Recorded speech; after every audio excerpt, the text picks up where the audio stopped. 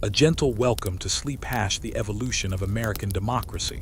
From Mayflower to modern times boring history for sleeping face. Hello, my friend. I'm so happy you've chosen to spend this quiet evening with me. Tonight, we're setting aside the noise of the modern world. The buzzing phones, the crowded highways, the endless headline, all of it can wait until tomorrow. Instead, we're going on a slow and peaceful journey. A journey across calm oceans, through silent forests, into tiny wooden villages, and along dusty roads where the story of American democracy quietly began. This is not a tale of constant battles or loud victories. Instead, it is the story of ordinary people: farmers, carpenters, mothers, children, sailors, teachers, ministers, writers, people who woke with the sunrise, worked until sunset, and slowly built communities where new ideas about freedom and self-government could grow. Their lives moved much more slowly than ours. There were no cars, no airplanes, no electricity, no glowing city skylines. When darkness arrived, candles softly flickered inside small wooden homes, and stars filled the night sky from one horizon to the other. Imagine standing beside one of those early settlers. Take a slow breath. The cool Atlantic breeze gently brushes your face. The scent of pine trees drifts through the evening air. Somewhere nearby, waves quietly touch the rocky shoreline. A fire crackles softly. Someone is baking fresh bread. Children laugh in the distance before settling into bed beneath warm wool blankets. Everything feels peaceful. Everything feels slow.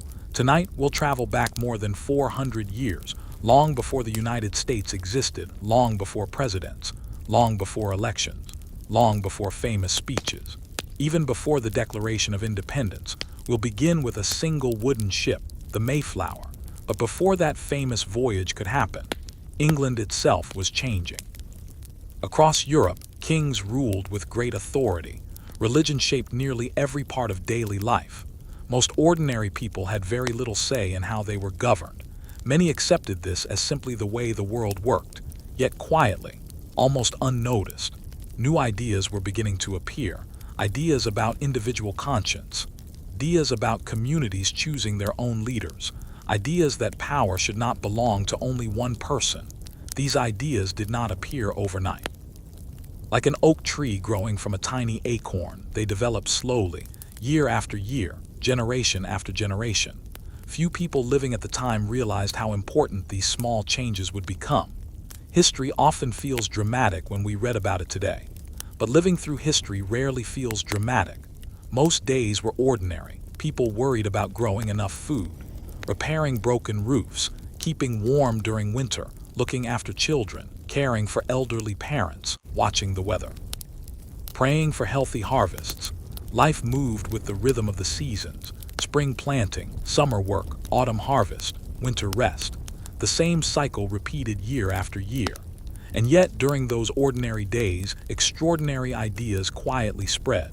The story of democracy is not only about famous leaders, it is also about neighbors gathering to solve simple problems.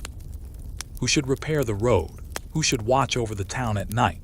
How should shared land be managed? How should disagreements be settled peacefully? Small questions often led to much larger ones. If neighbors could decide these things together, could they also choose their own leaders? Could ordinary people govern themselves? These questions would slowly shape a nation. But our story begins far away from America, across the Atlantic Ocean, in England. Picture England in the early 1600s. Rolling green hills stretch toward the horizon. Stone villages rest beside winding rivers. Ancient churches stand at the centers of towns.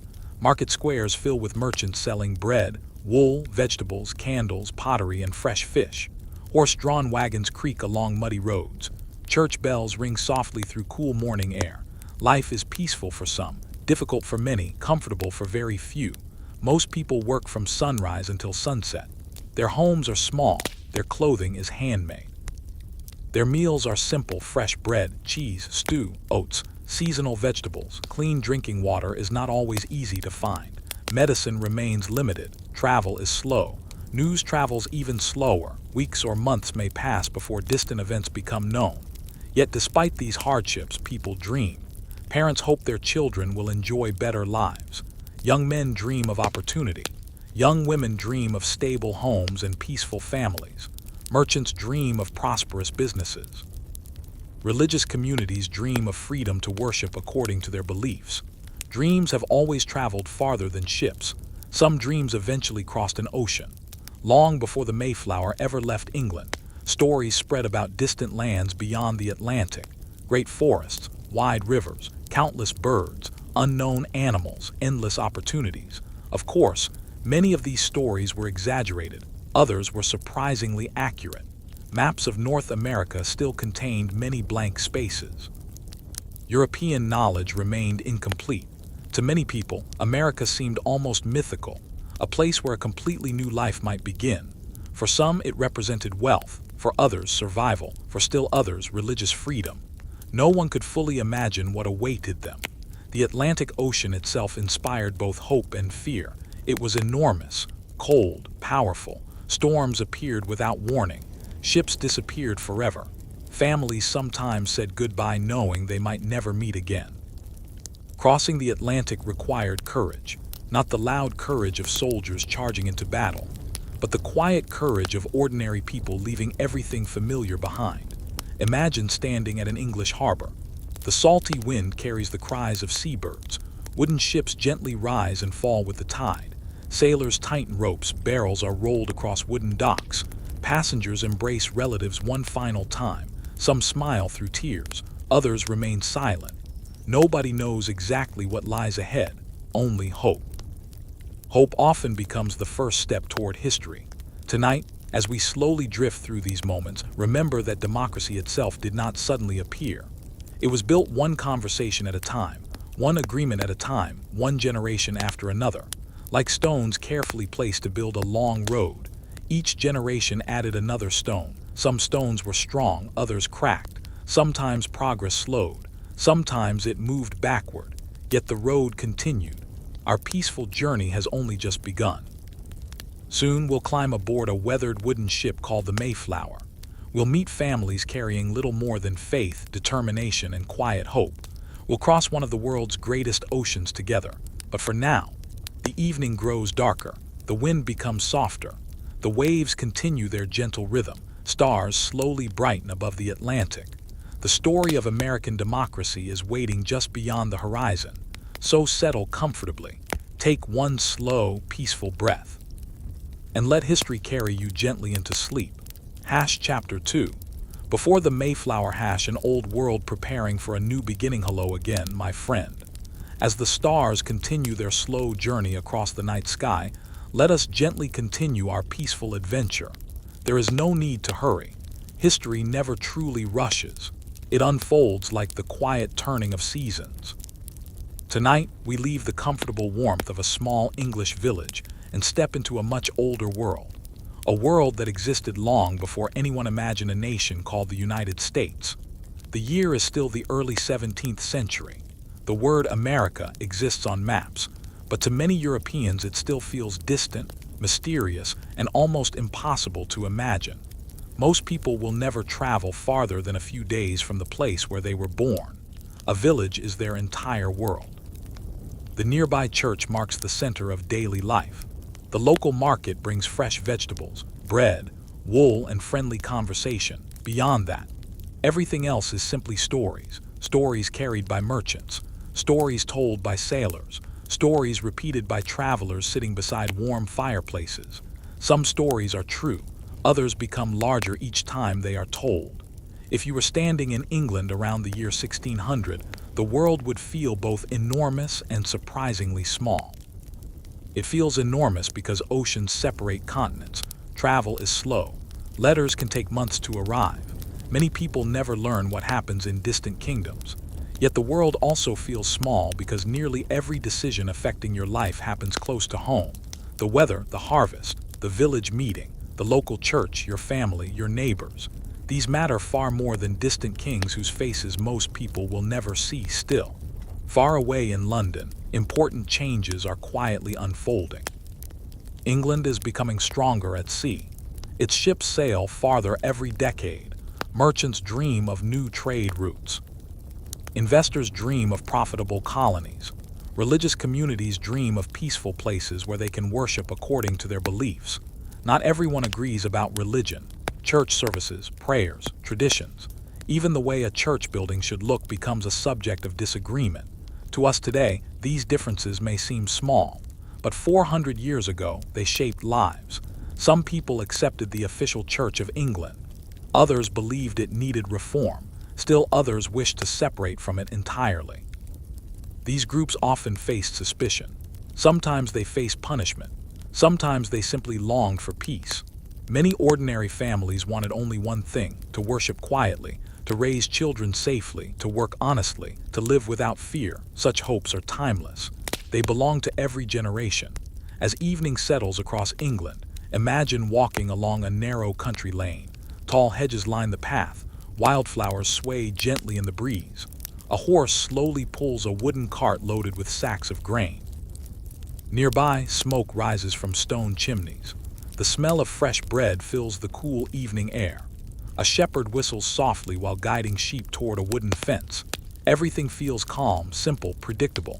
Yet beneath this peaceful surface, change is slowly approaching. Young people begin hearing remarkable stories. Across the Atlantic lies land unlike anything Europe has ever known. Great forests stretch beyond the horizon. Rivers wider than any in England. Animals unknown to most Europeans. Opportunities impossible to find at home. Of course, reality is more complicated. These lands are not empty. They are home to millions of indigenous people whose ancestors have lived there for thousands of years. Long before European ships crossed the Atlantic, thriving societies already existed. Great forests echoed with birdsong. Villages stood beside winding rivers. Fields of corn, beans, and squash flourished beneath warm summer sunshine. Ancient trade routes connected distant communities. Families gathered around evening fires. Children played beneath towering trees. Elders shared stories passed from one generation to the next. Different nations spoke different languages. Each possessed unique traditions, unique beliefs, unique ways of governing. Some communities selected leaders through careful discussion. Others relied upon respected elders. Many decisions were made through cooperation rather than force. These societies understood the land deeply. They knew when fish would return to rivers, when berries ripened, when leaves changed color, when winter snow would likely arrive. Nature served as both calendar and teacher. While Europeans dreamed of discovering a new world, the people already living there viewed these forests, rivers, and mountains as ancient homes. History often depends upon perspective. What seems like a beginning for one people may represent a continuation for another. As our peaceful story unfolds, both perspectives deserve quiet respect. Meanwhile, England continues changing. Ships become larger, navigation slowly improves, maps become slightly more accurate. Experienced sailors learn to read winds and currents with remarkable skill. Still, ocean voyages remain dangerous. Storms appear suddenly. Wooden ships groan beneath enormous waves. Food sometimes spoils. Fresh water grows stale. Illness spreads easily aboard crowded vessels. Every voyage requires patience. Every successful crossing feels almost miraculous. Shipbuilders along England's southern coast work carefully. Massive oak trees become strong wooden beams. Iron nails are hammered into thick planks. Heavy ropes are twisted by hand. Large canvas sails are stitched together with remarkable precision. Building a single ship takes months, sometimes years. Each vessel represents thousands of hours of skilled craftsmanship. Nearby, sailors prepare supplies, barrels filled with salted meat, dried peas, hard biscuits, cheese, beer, fresh water, extra rope, wooden tools. Spare sails, every item matters. Nothing can easily be replaced once the ship reaches open sea. Imagine quietly walking through one of these busy shipyards. The scent of fresh-cut oak fills the air. Hammers tap rhythmically. Sawdust drifts through warm sunlight. Blacksmiths shape glowing iron beside roaring fires. Workers call to one another with cheerful voices. Seagulls circle overhead. The tide slowly rises beneath wooden docks. Everything moves steadily, purposefully, without haste. No one realizes that some of these ordinary ships will eventually carry people whose decisions help shape one of history's most influential democracies. History often begins in places that seem completely ordinary. A workshop, a farmhouse, a fishing village, a quiet conversation. Few people recognize important moments while living through them. Only later do they understand. As the evening grows darker, candles begin glowing inside homes throughout England. Families gather for supper. Simple bowls of stew warm tired hands. Fresh bread is shared around rough wooden tables. Children listen as parents tell stories about distant lands. Some children imagine adventure. Others imagine peaceful farms. Still others simply enjoy the comfort of home. None can know what the future holds. Across the Atlantic, forests whisper beneath moonlight. Gentle waves wash against quiet shores. Native communities continue their daily lives.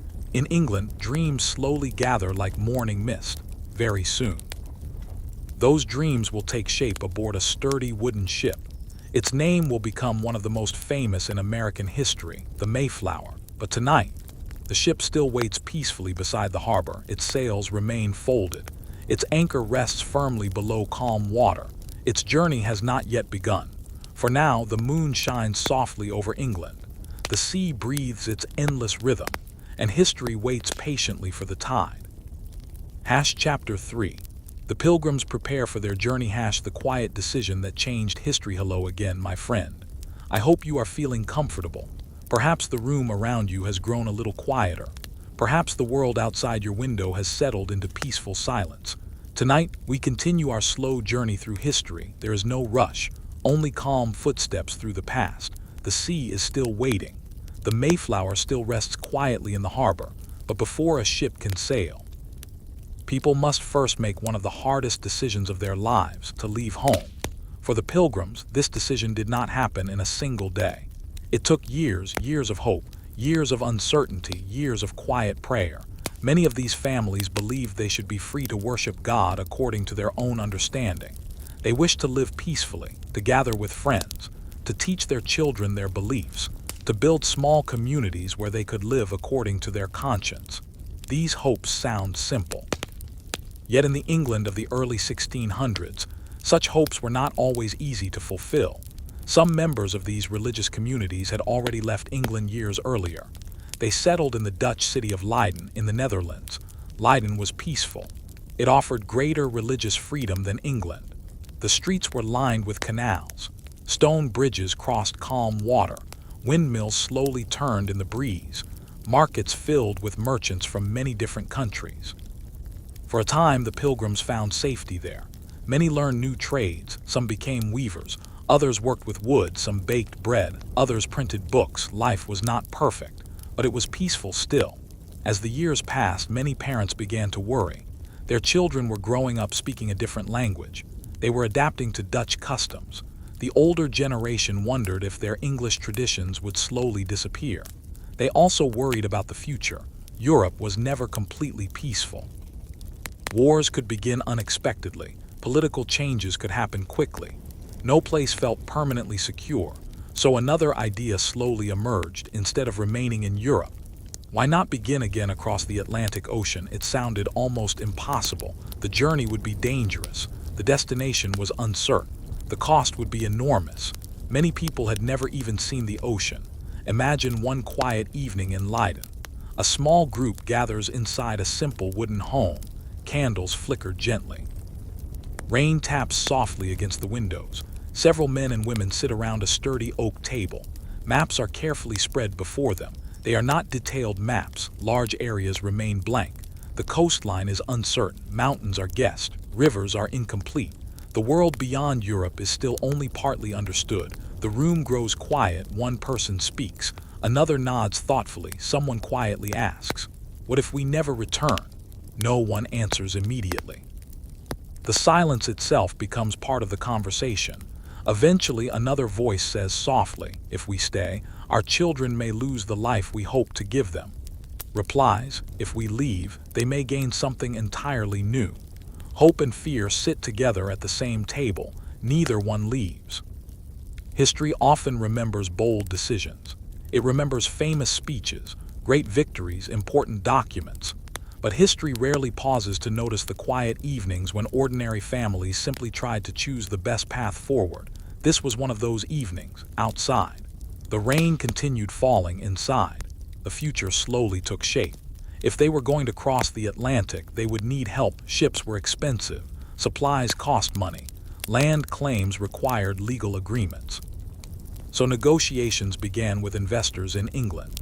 These investors hoped the new colony would eventually become profitable, perhaps fishing, perhaps farming, perhaps trade. The Pilgrims hoped for something different, a peaceful home. Both groups wanted the voyage to succeed, but for different reasons. Months passed, letters traveled slowly, meetings continued, agreements changed, plans were rewritten. Nothing happened quickly. Finally, the preparations became real. Families began selling many of their belongings. Heavy furniture would not fit aboard a crowded ship. Extra tools were given away. Books were carefully chosen. Only the most important possessions could travel. Imagine packing your entire life into a few wooden chests. A family Bible, a warm blanket, simple clothing, cooking pots, a wooden spoon, perhaps a small toy carved for a child, a favorite family cup, a sewing needle, a few treasured letters. That was often all they could carry. Everything else stayed behind forever. The emotional weight of leaving home cannot be measured. Parents embraced grandparents, friends hugged one another, neighbors promised to remember each other. Some believed they would meet again. Many never would. Children sensed the seriousness of the moment, even if they could not fully understand it. Some were excited. They imagined adventure, others were frightened. The sea seemed endless, the future uncertain. Yet children also possessed something many adults struggled to hold onto: curiosity. To them, the unknown could feel exciting. Imagine walking through Leiden one final time. The canals reflect the morning sunlight. Boats drift quietly beneath old stone bridges. Shopkeepers arrange fresh bread in their windows. Church bells ring gently across the rooftops. Everything looks ordinary. Yet for these families, every familiar sight feels precious. This bakery, this bridge, this narrow street. They may never see them again. Sometimes we appreciate ordinary places most deeply just before we leave them. Soon the travelers begin making their way toward England. There they will board two ships. One is called the Speedwell, the other, the Mayflower. The Speedwell, however, will develop problems. It leaks. Repairs are attempted. The ship sails, then returns. Again it leaks. Again repairs are made. Eventually an important decision is reached. The Speedwell cannot continue. Some passengers abandon the journey. Others crowd onto the already packed Mayflower. Life aboard will become even more crowded, more uncomfortable. Yet few complain. They have come too far to turn back now. As summer slowly fades toward autumn in 1620, the harbor becomes increasingly busy. Sailors secure barrels below deck. Ropes are inspected. Sails are folded carefully. Food is loaded. Fresh water is stored. Animals are brought aboard. Chickens cluck nervously. Dogs bark. Everything necessary for survival must fit inside one wooden ship. The Mayflower is not enormous. It measures roughly 100 feet long. By modern standards, it is surprisingly small. Yet more than 100 people will soon call it home for over 2 months. Imagine standing on the dock at sunrise. The wooden hull creaks gently with the movement of the tide. The smell of salt fills the cool morning air. Seabirds glide effortlessly above the harbor. The sails remain tightly furled. The ship waits patiently, much like history itself, waiting quietly for the wind to arrive. Our own journey is moving just as gently soon, very soon. We will climb aboard the Mayflower. We will listen to the waves beneath its wooden deck. We will feel the slow rhythm of the Atlantic Ocean, and together, we will begin one of history's most famous voyages. But that story belongs to tomorrow night's peaceful chapter. For now, the harbor grows still. The evening sky turns golden. The tide rises slowly beneath the waiting ship, and the Mayflower rests peacefully, ready for the voyage that will forever become part of the story of American democracy. End of Chapter 3. Chapter 4. The Mayflower sets sail. A quiet voyage across the Atlantic. Hello again, my friend. Welcome back to our peaceful journey through history. By now, the sun is just beginning to rise over the English coast. The air is cool. A gentle breeze carries the familiar scent of salt water. The harbor is waking slowly. Seagulls glide overhead, calling softly to one another. Small waves lap against wooden piers with a steady rhythm. The Mayflower rocks gently with the tide, as if breathing quietly before a long journey. Today is a day unlike any other. It is September of 1620 for many of the passengers standing on the dock. This is the final morning they will ever spend in England. Some have tears in their eyes, others smile bravely. Many simply stand in silence. There are no loud celebrations, no grand speeches, only quiet embraces. Fathers shake hands with lifelong friends. Mothers hug sisters they may never see again. Grandparents whisper blessings over children. Some people wave until the ship becomes too distant to see. Others cannot bear to watch. History often remembers the departure of the Mayflower as a single event. But to those who lived it, it was deeply personal. Every goodbye carried hope. Every goodbye carried uncertainty. The passengers slowly climb aboard. Each family carries only what they truly need: wooden chests, simple blankets, cooking pots, a few books. Tools for building, seeds for planting, precious family Bibles, small keepsakes filled with memories. There is little room for unnecessary belongings. Space aboard the Mayflower is limited. The ship itself was built as a merchant vessel. It was designed to carry cargo across the sea, not large groups of families. Its wooden beams are strong. Its tall masts rise proudly into the morning sky. Its sails are neatly folded, waiting for the wind.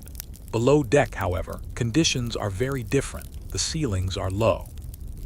Adults often cannot stand upright. The air feels cool and damp. Sunlight reaches only through tiny openings. Privacy hardly exists.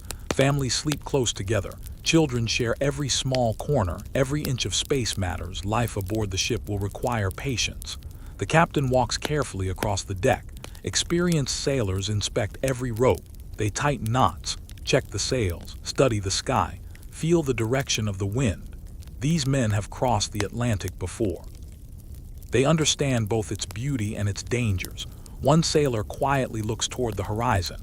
"The wind is changing," he says. Another nods. "It is time." Order is given. Heavy ropes are loosened. The anchor is slowly lifted from the seabed. Large wooden pulleys creak under their weight. The sailors work together with practiced movements. Above them, the great sails begin to rise. Canvas catches the fresh morning breeze. The ship gently turns at first, almost imperceptibly, then slowly. Mayflower begins to move. The shoreline drifts farther away. The familiar buildings become smaller. Church towers shrink into the distance. Green hills soften beneath a morning mist. Some passengers remain on deck watching England disappear. Others quietly pray. Some children wave excitedly toward land, unaware that they may never return. One little boy asks his mother, "When will we come back?" She gently smiles. "I don't know." It is an honest answer. No one truly knows. The sea stretches endlessly before them. For days, the weather is kind. Gentle winds fill the sails. The waves rise and fall with a soothing rhythm. Flying fish occasionally leap from the water. Seabirds follow the ship for many miles before finally turning back toward land soon. Nothing remains except the ocean. No villages, no churches, no farms, only blue water meeting blue sky. The Atlantic feels endless. Morning blends into afternoon. Afternoon fades into evening. At night, the stars appear brighter than most passengers have ever seen. Without city lights, the heavens seem almost alive. The Milky Way stretches across the darkness like a glowing river. Many passengers quietly stand on deck after sunset. The gentle sound of waves becomes their evening music. Some whisper prayers. Others simply gaze upward in wonder. Far below deck, daily life settles into a routine. Meals are simple: salted meat, hard biscuits, dried peas, cheese. Sometimes oatmeal. Fresh water is carefully rationed. Nothing can be wasted. Cooking is difficult. Fresh food disappears quickly. The days become remarkably similar. Wake, eat, pray, repair belongings, care for children, talk quietly, sleep, repeat. Life aboard moves slowly. Time seems almost suspended. The ocean decides the pace. Children invent simple games. They count waves. They tell stories. They imagine what America might look like. Will there be castles? One asks. No, another laughs. Only forests. Someone imagines giant animals. Someone else imagines fields filled with flowers. No one really knows. Meanwhile, the sailors continue their work. They climb high into the rigging with remarkable confidence. Balanced far above the deck, they adjust the sails as the wind changes. From below, they appear almost like birds. Their work is dangerous, yet they perform it calmly. They trust one another. The passengers watch with admiration. Every sailor understands that teamwork keeps everyone alive. As the days pass, the weather begins to change. The gentle breezes grow stronger. Gray clouds gather on the horizon. The sea darkens. The captain studies the sky carefully. Experienced sailors exchange quiet glances. A storm may be approaching. For now, however, the wind still carries the Mayflower steadily westward. The passengers cannot yet know what challenges await them. They simply continue living one peaceful day at a time. As evening falls once more, lanterns glow softly below deck. Children drift to sleep beside their parents. Outside, the Atlantic whispers against the wooden hull. The sails flutter gently overhead. The stars watch silently from above, somewhere beyond the western horizon, hidden by thousands of miles of open water. A new continent waits patiently. Its forests stand untouched by these travelers. Its rivers continue flowing toward the sea. Autumn leaves begin changing color. The people living there have no idea that one small ship is slowly sailing toward their shores. The voyage has only just begun. The greatest challenges still lie ahead. But tonight, the ocean is calm once more. The ship rocks gently beneath a sky filled with stars, and the Mayflower continues its quiet journey, one peaceful wave at a time. End of Chapter 4. Chapter 5. Storms on the Atlantic. The longest weeks at sea. Hello again, my friend. Welcome back. Settle comfortably. Take one slow, gentle breath. As we continue our peaceful journey through history, the Mayflower is now far from the shores of England. There is no land in sight, no villages, no church bells, no green fields, only the endless Atlantic Ocean. The ship has been sailing for many days now. Life aboard has settled into a quiet rhythm. Morning begins with soft voices. Parents wake their children. Sailors check the ropes. The captain studies the sky. The cook prepares another simple meal. Every day feels almost the same. And yet, the ocean is always changing. One morning, the sunrise is brilliant. Golden light spreads across calm water like liquid glass. Tiny waves sparkle beneath the first rays of daylight. The sea seems peaceful, almost welcoming. Passengers climb carefully onto the deck. Fresh air fills their lungs. For a little while, they forget the cramped space below. Some close their eyes and simply enjoy the breeze. Children laugh quietly. A sailor smiles. "This is a good day," he says. And for a time, it truly is. But the Atlantic is famous for its changing moods. Far away, beyond the distant horizon, dark clouds begin to gather. At first, nobody notices them. The sky remains mostly blue, only a few patches of gray appear.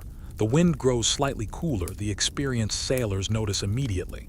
Without saying much, they begin checking every rope. They tighten knots, secure loose barrels, inspect the great wooden masts. One sailor looks toward the western sky. Another nods silently.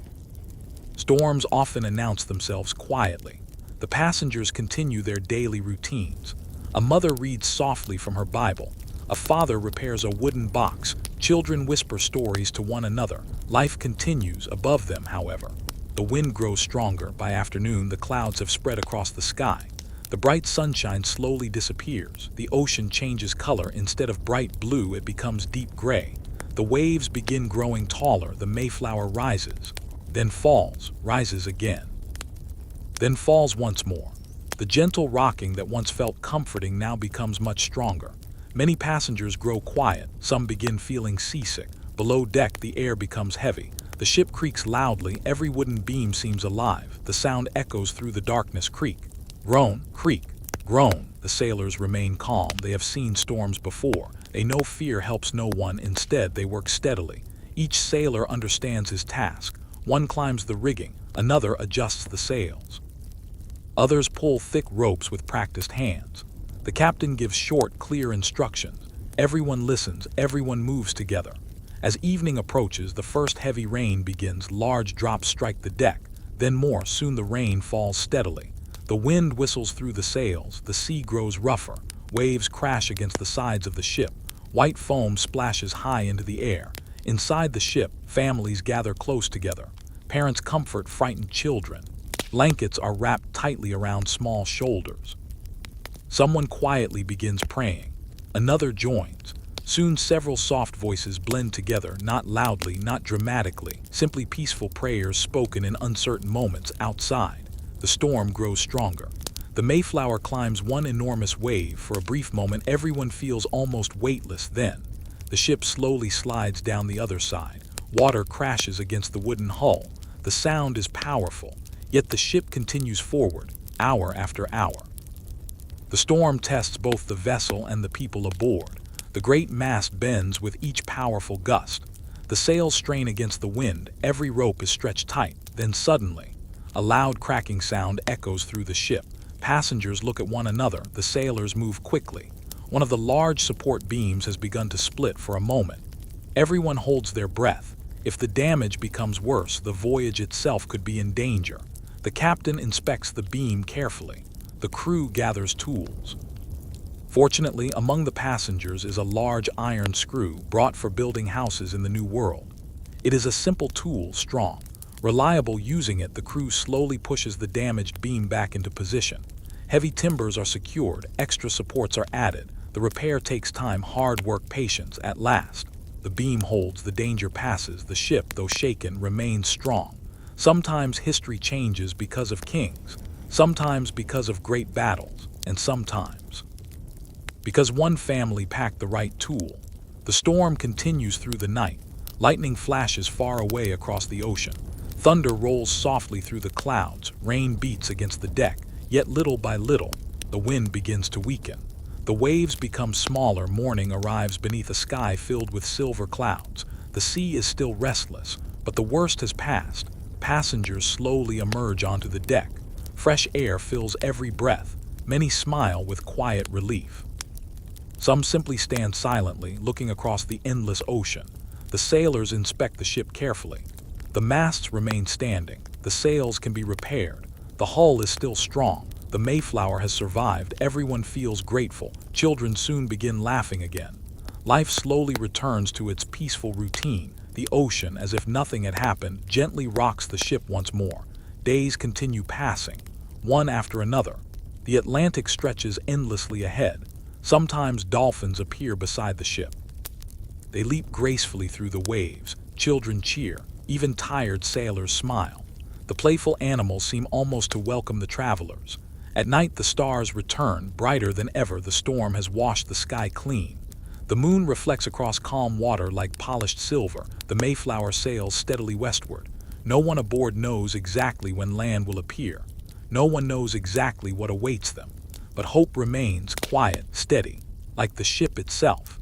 Every sunrise brings them closer to a new beginning. Every sunset leaves England a little farther behind. The Atlantic breathes gently beneath the wooden hull. The sails fill once more with peaceful winds, and somewhere, beyond the endless horizon, America waits patiently. Not far now, not far at all. End of Chapter 5. Chapter 6. Land at last. The first glimpse of a new world. Hello again, my friend. Welcome back to our gentle journey through history. The night is quiet. The sea has finally become calm again. Great storm now belongs to memory. The Mayflower continues its slow voyage across the Atlantic, carried by steady winds and hopeful hearts. For many weeks, the passengers have seen nothing but water. Every morning begins with the same endless horizon. Every evening ends beneath the same blanket of stars. Time seems to drift as gently as the waves themselves. Some passengers have stopped counting the days. Others quietly mark them inside small journals. Children ask the same question almost every morning. Are we there yet? The adults smile kindly. Yet, life aboard the Mayflower has become familiar. The wooden deck creaks softly beneath careful footsteps. The smell of salt fills the cool morning air. Lanterns sway gently below deck as the ship rises and falls with the sea. Simple meals continue. Hard biscuits, salted meat, dried peas, fresh water is carefully shared. Nothing is wasted, everything is precious. Each sunrise brings a quiet feeling of hope. The passengers know they are moving west, closer, little by little. One cold morning, as dawn begins to brighten the eastern sky, a sailor climbs high into the rigging. From that great height, he can see much farther than anyone standing on the deck below. The wind brushes against his face. He shades his eyes with one hand at first. He sees only waves then. Something changes far in the distance. A dark line appears along the horizon. He looks again. It is not a cloud. It does not move. His heart begins to race. With a strong voice, he calls down to the deck. land for a brief moment. Everything becomes wonderfully still, then excitement spreads across the ship. Passengers hurry carefully onto the deck. Parents lift children into their arms. Old men narrow their eyes toward the horizon. Young women smile with quiet relief. After more than 2 months at sea, they have finally reached land. No one cheers loudly. Instead, many simply stand in silence. Some whisper prayers of thanks. Others wipe quiet tears from their eyes.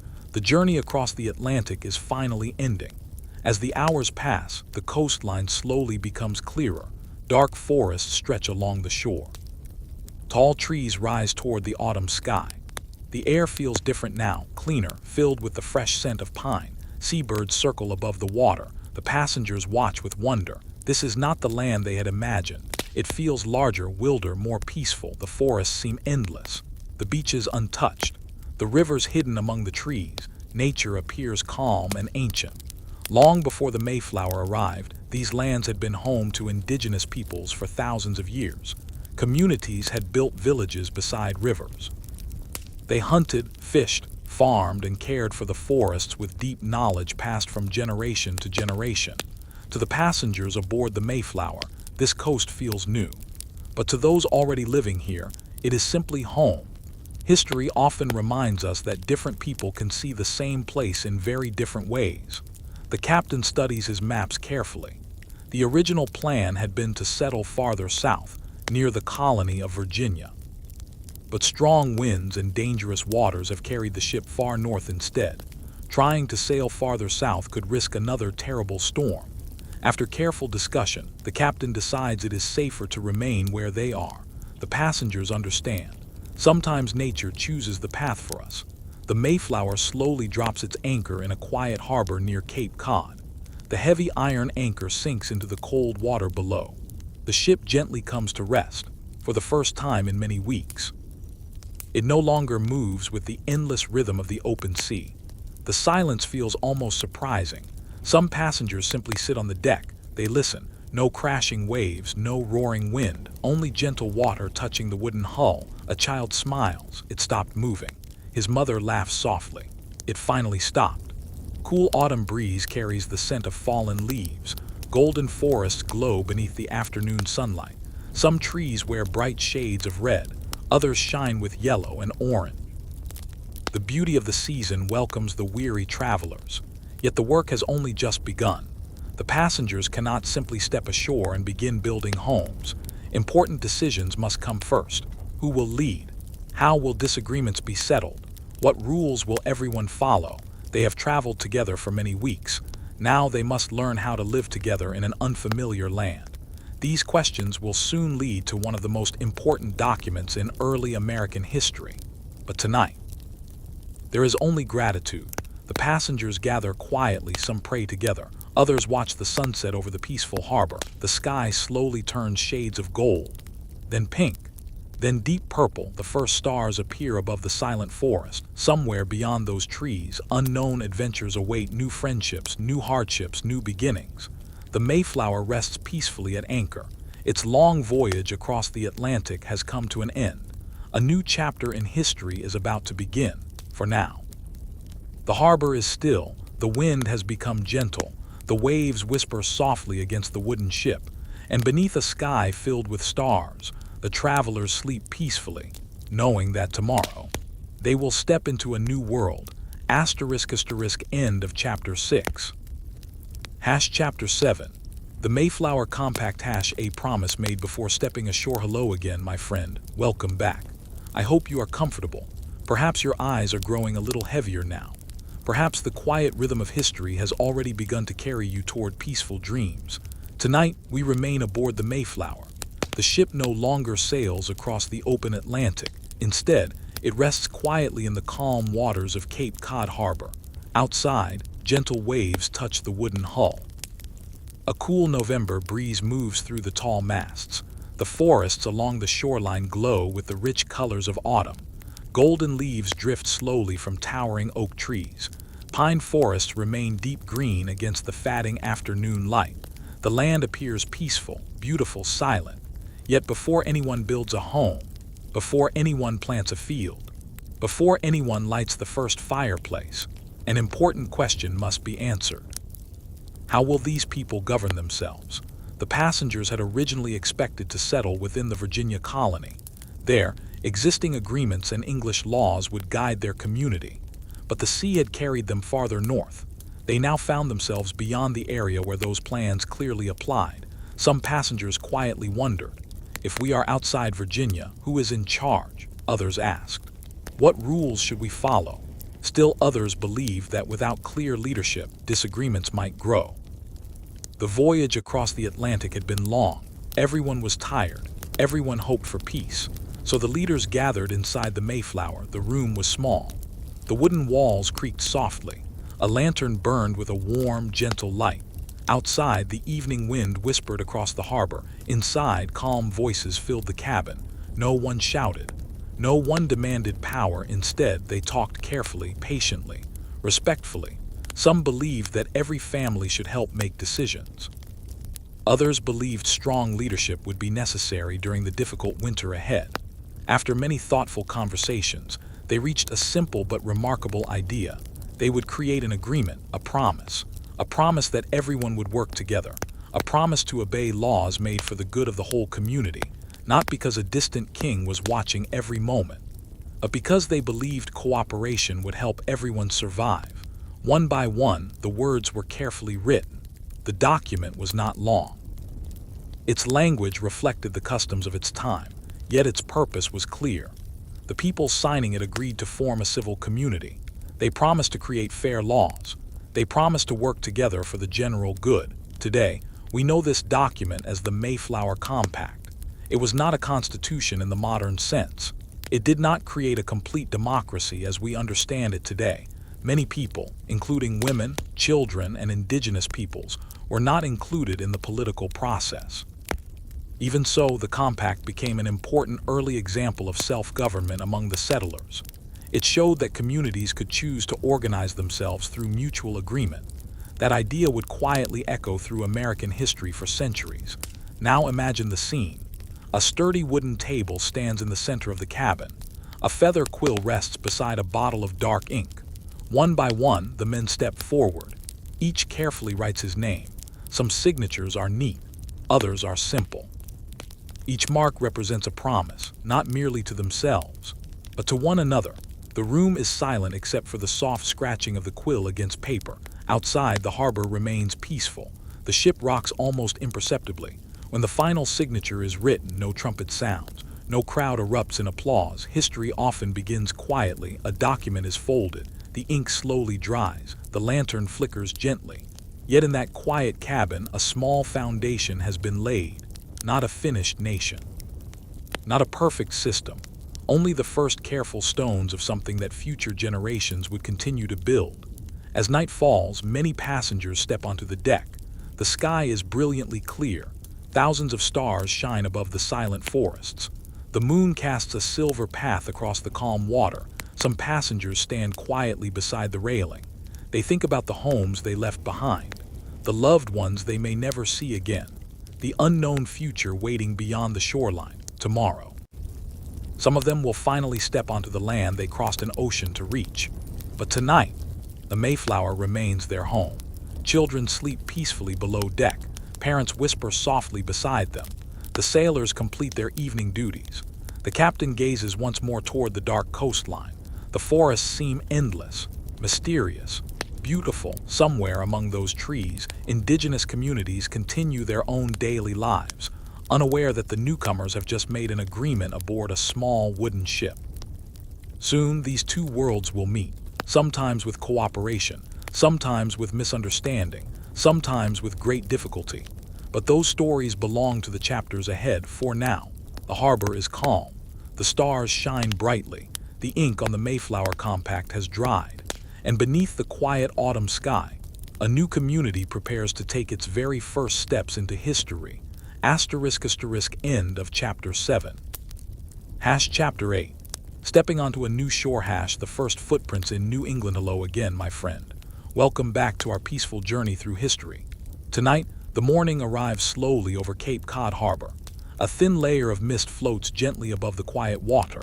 The first rays of sunlight shine through tall pine trees, turning the forest into a sea of soft golden light.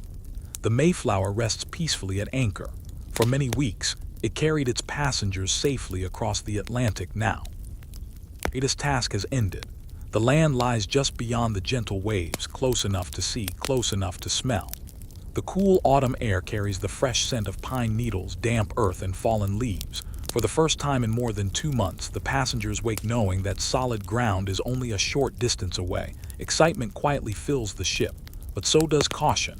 No one knows exactly what waits beyond the shoreline. The forests appear peaceful, yet they are unfamiliar. Every tree, every path, every river is unknown to these travelers. Soon after sunrise, a small boat is carefully lowered into the water. It is much smaller than the Mayflower, strong enough for a handful of people, light enough to row toward shore. Several experienced men climb inside. Each carries simple tools: a musket for protection, an axe for cutting wood, a small pack of supplies. The boat gently drifts away from the ship. The sound of wooden oars dipping into the water becomes the only noise in the quiet harbor. Back aboard the Mayflower, the remaining passengers watch silently. Children stand beside their parents, some wave. Others simply stare with wide, curious eyes. The distance between ship and shore grows smaller with every stroke of the oars. At last, the small boat reaches the beach. One man carefully steps into the shallow water. His boots sink slightly into the cool sand. Then he takes another step, and another. The first footsteps of the Mayflower passengers are now pressed gently into the shores of New England. There is no grand ceremony, no music, no cheering crowd, only the quiet sound of waves washing over the sand. The explorers pause for a moment. They look around. Tall pine trees sway gently in the breeze. Colorful leaves cover the forest floor. The air feels clean and crisp. Birds sing from hidden branches. A squirrel races up the trunk of an ancient oak tree. Everything seems peaceful. The men begin walking carefully. They leave the beach and enter the forest. Sunlight filters through the branches above. The ground is soft with fallen leaves. Small streams flow quietly between moss-covered stones. Every few moments they stop. They listen. The forest has its own language: the rustling of leaves, the tapping of woodpeckers, the distant call of crows, the whisper of the wind through pine branches. To people arriving from crowded English towns, the silence feels almost magical. Yet this land is not empty. For thousands of years, indigenous peoples have lived throughout these forests and along these coasts. They know every river, every hill, every season. They understand where fish gather, where berries grow, when the birds migrate, when winter snow will arrive. Their ancestors have cared for this land for countless generations. The newcomers do not yet fully understand this. To them, the forest seems untouched. In reality, it is a homeland rich with history, knowledge, and tradition. The explorers continue their careful walk. They discover fresh water flowing from a small stream. This is wonderful news. Clean water will be essential if a settlement is to survive. Nearby, they notice fertile soil beneath the fallen leaves. Perhaps crops could grow here. Perhaps families could build homes nearby. Perhaps this place could become a village. One man quietly smiles. This could work. He whispers, the others nod. Hope begins to grow. As the afternoon sun climbs higher, they continue exploring the coastline. They study the harbor. It offers protection from rough ocean storms. The beaches are broad. The surrounding hills provide good views of the sea. Everything suggests that this could become a safe place to live. Still, winter is approaching. The air already feels colder than it did only a few weeks earlier. The leaves continue falling from the trees. Soon snow will arrive. There is little time to waste. The explorers return to their small boat. As they row back toward the Mayflower, everyone aboard watches eagerly. Children lean over the railing. Parents wait patiently. The captain stands quietly near the stern. The boat reaches the ship. The men climb aboard. What did you find? Someone asks. One explorer smiles. Good water. Another says, strong forests. A third quietly adds, and hope. That single word spreads through the passengers like a warm fire on a cold evening. Hope. It is what carried them across the Atlantic. It is what now gives them strength to begin again. That evening, the passengers gather quietly below deck. Simple food is shared. Soft conversations fill the small wooden space. Outside, the moon rises above the harbor. Its silver light reflects across the calm water. The forest stands peacefully beneath the stars. Tomorrow, More exploring will begin soon. Homes will need to be built, trees will need to be cut, fields prepared, a village slowly created. The hardest work is still ahead, but tonight, no one thinks too far into the future. They simply give thanks for reaching land safely. The Mayflower rocks gently beneath the quiet night sky. The waves whisper softly against its wooden sides. And somewhere beyond the peaceful forest, a new chapter in the story of American democracy is quietly waiting to begin. *** End of Chapter 8. Chapter 9. Choosing Plymouth # a place to build a new beginning. Hello again, my friend. Welcome back. The morning arrives quietly over the calm waters of Cape Cod Harbor.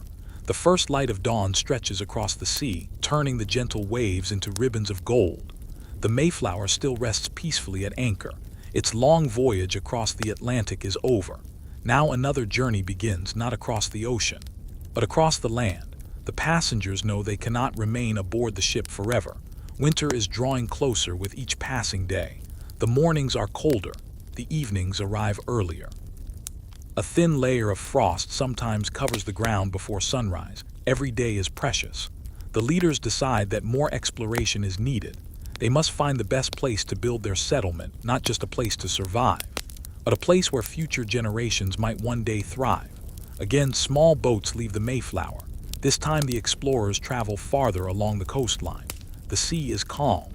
Cold air fills their lungs. Seabirds circle above them, gliding effortlessly on the morning breeze. The shoreline changes as they move southward. Rocky beaches give way to quiet coves. Tall forests stand close to the water's edge. Small streams flow gently toward the sea. The explorers row patiently.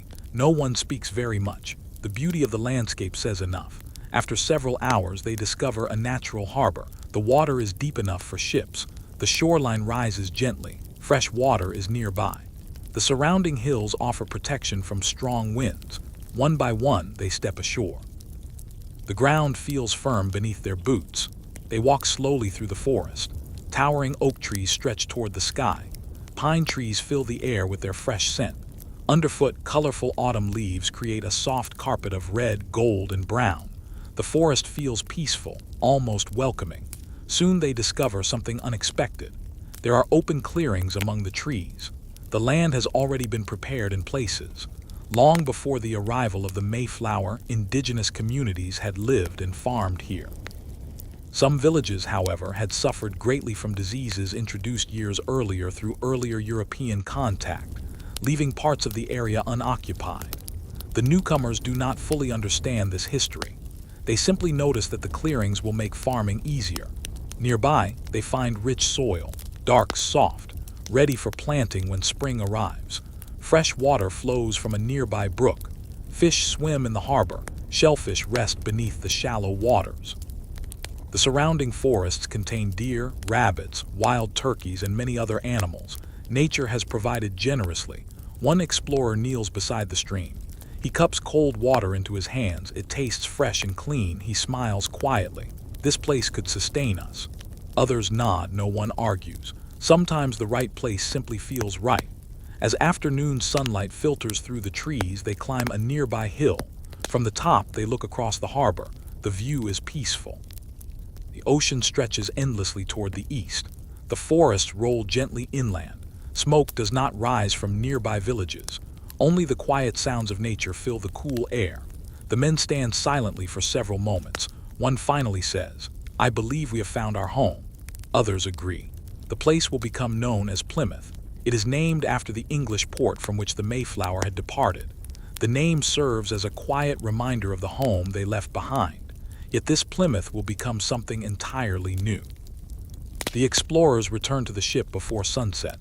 The passengers gather eagerly around them. "What did you find?" One man answers softly, "A safe harbor." Another says, "Fresh water." A third smiles warmly, "Land where we can begin again." Relief spreads throughout the ship at last. The searching is over. The place has been chosen. Soon everyone will leave the Mayflower. Soon axes will echo through the forest. Trees will become houses. Paths will become streets. Empty clearings will become gardens. A small village will slowly rise beside the quiet harbor. No one imagines how famous this settlement will one day become. To them, It is simply a place to survive the coming winter. History often begins with simple hopes: a warm home, enough food, healthy children, peaceful neighbors. The grand ideas of democracy, representative government, and constitutional law are still far in the future. For now, life is wonderfully ordinary. That evening, the sky glows with brilliant shades of orange and purple. The passengers stand quietly on the deck of the Mayflower. Many gaze toward the shoreline that will soon become their new home. Children point excitedly toward the forests. Parents smile. Some whisper prayers of gratitude. Others simply enjoy the peaceful silence. The harbor grows calm as darkness settles over the land. The first stars appear above the tall pines. The moon slowly rises. Its silver light dances across the still water. The Mayflower rocks gently in the quiet night. Tomorrow, the real work begins. Homes must be built, wood gathered, food stored. A community created from hope, patience, and determination. The story of American democracy is still in its earliest pages, but every great story begins with one small step. Tonight, that step has been taken, and beneath the peaceful winter sky, Plymouth waits patiently for the dawn. End of Chapter 9. Chapter 10. Building Plymouth. A village begins one log at a time. Hello again, my friend. Welcome back to our quiet journey through history. The first light of morning spreads gently across Plymouth Harbor. A thin mist rises from the calm water. The forest stands silent beneath the pale winter sky. The Mayflower rests peacefully nearby, but its passengers know that today will be different. Today, they begin building their new home. The shoreline is cold. Each breath forms a small cloud in the crisp morning air. The trees have shed most of their colorful leaves. Only the deep green pine trees remain unchanged, standing proudly against the coming winter. One by one, the settlers climb into the small boats. They carry simple tools: axes, hammers, hand saws, wooden shovels, ropes. Every tool has been carefully protected during the long voyage across the Atlantic. Now each one has an important purpose. The boats glide quietly toward the shore. The sound of the oars is soft and steady. As they step onto the land, no one speaks very loudly. There is much work to do. The first task is simple: choose where the village will stand. The settlers walk slowly across the open clearing. They study the land carefully. Where will the houses be built? Where will food be stored? Where will families gather? Where can everyone remain safe if danger comes? These decisions may seem ordinary, yet they will shape daily life for many years. After careful discussion, they begin marking the ground. Simple paths are imagined. Small homes are planned. A larger building will serve as a meeting place until more houses can be built. Everything starts with careful planning. Then, the sound of axes echoes through the forest. Thok, thok, thok. Tall trees that have stood for decades slowly begin to fall. Each tree becomes a gift. Strong logs for walls, wood for roofs, branches for fires. Nothing is wasted. The settlers work together from sunrise until sunset. Some cut timber, others carry heavy logs. Some dig shallow foundations, others gather stones for fireplaces. Everyone contributes according to their strength. Even the children help. They collect small branches for kindling. They carry water from nearby streams. They gather fallen sticks for the evening fire. The village grows slowly, not quickly, not easily, but steadily. The first house is simple, very simple. Its walls are built from rough logs. The roof is covered with wooden boards and dried grasses. A small stone fireplace stands at one end. The windows are tiny. Glass is rare. Some openings are covered with oiled cloth instead. Inside there is little furniture. A wooden table, a few benches, simple beds filled with straw. Yet to the family who moves inside, it feels like a palace. After months aboard the crowded Mayflower, even one small room feels wonderfully spacious. As evening approaches, smoke rises gently from the first chimney. A small fire burns inside. Its warmth fills the room. Outside, snowflakes begin drifting quietly through the cold air. Winter has arrived. The settlers know they must build more shelters quickly. Every day matters. The cold grows stronger with each passing week. Some mornings, the harbor is covered with a thin layer of ice near the shore. The wind blows sharply from the north. It whistles through the pine trees. The nights become long, very long. Still, the work continues. The sound of hammers becomes part of daily life. Logs are carefully stacked. Roofs slowly take shape, storage buildings appear. A common house is built where supplies can be kept dry and protected. The settlement is beginning to look like a village, not a large one, but a real one. As they work, the settlers often pause to admire the beauty around them. The winter sky shines bright blue after fresh snow. Animal tracks cross the white ground. Small birds search for seeds beneath the trees. The harbor remains calm.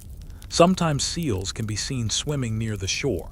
Nature continues its peaceful rhythm, far away from the busy cities of Europe, far away from royal courts, far away from political debates here. Life is wonderfully simple. Build, gather wood, prepare food, keep warm, care for one another. These ordinary tasks become the foundation of an extraordinary story. At night, families gather around glowing fireplaces. The flames dance softly against the wooden walls. Children listen as parents tell stories from England, stories of green fields, old churches, quiet villages. Some children remember those places, the youngest do not. For them, Plymouth is already becoming home. Outside, the stars shine brilliantly above the silent forest. The air is cold and perfectly clear. The moon reflects softly across the quiet harbor. The Mayflower still rests nearby. For now, it remains both a ship and a temporary home, but with every passing day, its passengers spend less time aboard. The village is slowly taking shape. One house, one path, one shared meal, one hopeful day at a time. The settlers cannot yet know the many challenges that still lie ahead. The hardest part of the first winter has only just begun, but they also cannot know that this small village, built from rough timber and quiet determination, will one day become one of the most remembered settlements in American history. For now, the fire burns warmly, the snow falls gently, the forest sleeps beneath a blanket of white, and Plymouth, slowly, patiently, begins to grow. End of Chapter 10. Chapter 11. The first winter. Endurance through the cold. Hello again, my friend. Welcome back to our peaceful journey through history. Tonight, the air is colder than ever. A quiet blanket of snow covers the forests around Plymouth. The tall pine trees stand silent beneath a pale gray sky. The harbor is calm. Thin sheets of ice have begun forming along the shoreline. The Mayflower remains anchored nearby, gently rocking with the slow movement of the tide. For the settlers, winter has truly arrived. The excitement of reaching America has given way to the reality of everyday life. Each morning begins before sunrise. A small fire is carefully stirred back to life. Its warmth spreads slowly through the tiny wooden houses. Outside, the cold wind whispers through the trees. Every piece of firewood has become precious. Each log must last, each spark matters. The settlers work quietly. Some gather more wood, others repair walls where the icy wind slips through tiny cracks. A few men search the nearby forest for game. Others check the shoreline for shellfish when the tide is low. Food is becoming scarce. The supplies brought from England are limited. Every meal is simple, a little porridge, a few dried peas, perhaps some salted meat, sometimes only a small piece of bread. No one complains loudly. Everyone understands that sharing is necessary. A family with a little extra gives some to a family with less. Neighbors help neighbors. The village grows stronger because people care for one another. The cold, however, is relentless. Some mornings, the water in wooden buckets freezes before sunrise. The ground becomes hard as stone. Building new houses slows. Axes strike frozen wood with a sharp echo that carries through the silent forest. Children stay close to the warmth of the fireplaces. They listen as their parents tell stories. Stories of England, stories of the long voyage across the Atlantic, stories filled with hope. Outside, snowflakes drift gently from the clouds. The world seems wrapped in quiet stillness. Yet the first winter is not easy. Many settlers become ill. Months at sea, followed by hard work and cold weather, have weakened their bodies. Medicine in the 17th century is limited. People do what they can. They prepare warm broths. They keep the fires burning. They care for the sick with kindness and patience. Some recover. Sadly, others do not. The small community feels every loss deeply. There are no grand ceremonies, only quiet moments of remembrance. Even in these difficult times, the settlers continue supporting one another. Each act of kindness helps the village endure. As the weeks pass, fewer people are strong enough to work. Those who remain healthy take on extra responsibilities. One man may chop wood for several families. Another carries water for elderly neighbors. Women prepare meals for children whose parents are ill. Everyone contributes in whatever way they can. This quiet spirit of cooperation becomes one of the settlement's greatest strengths. Meanwhile, the natural world continues its peaceful rhythm. A red fox leaves tiny footprints across the fresh snow. A group of deer moves silently through the forest. Above them, a bald eagle circles high in the bright winter sky. The settlers watch these animals with quiet admiration. Nature reminds them that life continues, even during the hardest seasons. Some evenings, the sky becomes wonderfully clear. Thousands of stars sparkle above Plymouth. Without city lights, the heavens seem endless. The moon shines brightly upon the snow, making the entire village glow with soft silver light. Families gather around their fireplaces. The flames dance gently. A child quietly asks, "Will spring ever come?" His father smiles warmly. "Yes, it always does." Those simple words bring comfort because winter, no matter how cold, never lasts forever. As February slowly approaches, the days begin growing just a little longer. The sunsets come a few minutes later. The afternoon sun feels slightly warmer. Tiny signs of change appear, almost too small to notice. Hope returns little by little. The settlers know they have survived the hardest weeks. They are tired. They have suffered, but they remain determined. Their small village still stands beside the quiet harbor. Its chimneys continue sending gentle curls of smoke into the cold sky. Its people continue working together, one peaceful day at a time. They cannot yet see the friendships that will soon develop with members of the nearby Wampanoag people. They cannot know how important those relationships will become. That story waits just beyond the end of winter for now. The snow falls softly. The fire burns warmly. The stars shine brightly above the silent forest, and Plymouth rests peacefully, waiting for the first gentle signs of spring. End of chapter 11. Chapter 12. A friendly greeting. The arrival of Samoset. Hello again, my friend. Welcome back to our peaceful journey through history. The long winter is slowly beginning to loosen its grip on Plymouth. The snow is melting. Tiny streams of fresh water flow gently toward the harbor. The tall pine trees remain green, while the bare branches of the oaks quietly wait for spring. The mornings are still cold, but something has changed. The sunlight lingers a little longer each day. The settlers notice it. After many difficult months, they feel a quiet sense of hope returning. The village is still small. A handful of simple wooden houses stand beside the harbor. Thin trails connect one building to another. Smoke rises peacefully from stone chimneys. The sound of axes has become less frequent. Now, people spend more time repairing tools, preparing gardens, and looking toward the coming planting season. Every seed matters. Every day matters.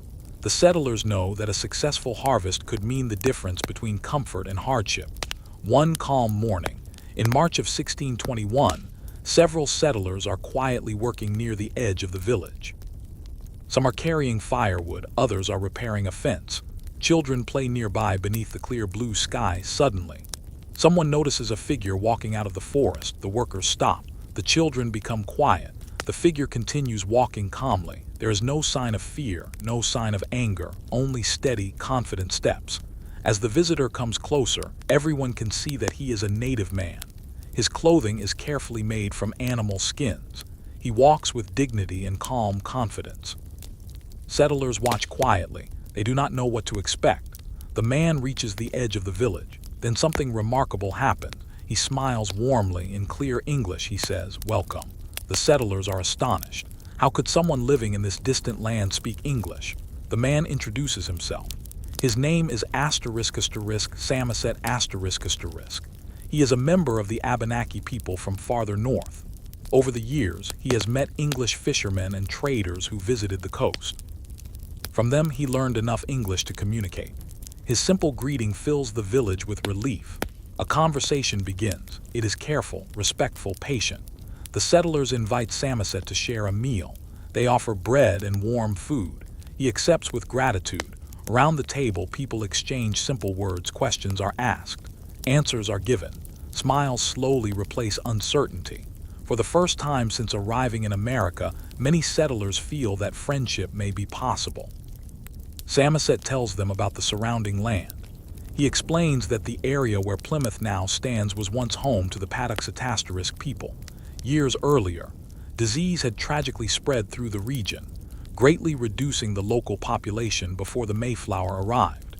He also tells the settlers about the Wampanoag Confederacy led by a respected leader named Massasoit. The settlers listen carefully. Every piece of information is valuable. They are learning about the people who have known this land for countless generations. For several days, Samoset visits the village. He comes and goes peacefully. Each visit strengthens trust. He observes the small settlement. He notices the simple houses, the gardens waiting to be planted, the careful work of families trying to build new lives. He sees people who are tired from winter but determined to continue. Before long, Samoset makes an important promise. He tells the settlers that he will return with another native man, someone who speaks English even more fluently. His name is *Tisquantum*, better known today as *Squanto*. The settlers cannot know it yet, but meeting Squanto will become one of the most important moments in the survival of Plymouth. His knowledge of the land, its seasons, and its crops will help the colony through its earliest years. As evening falls, Samoset prepares to leave. The settlers thank him warmly. He smiles once more, then he quietly walks back into the forest. His footsteps fade among the tall trees. The village becomes peaceful again. The settlers return to their homes. That night, the firelight flickers gently inside the small wooden houses. Families gather together.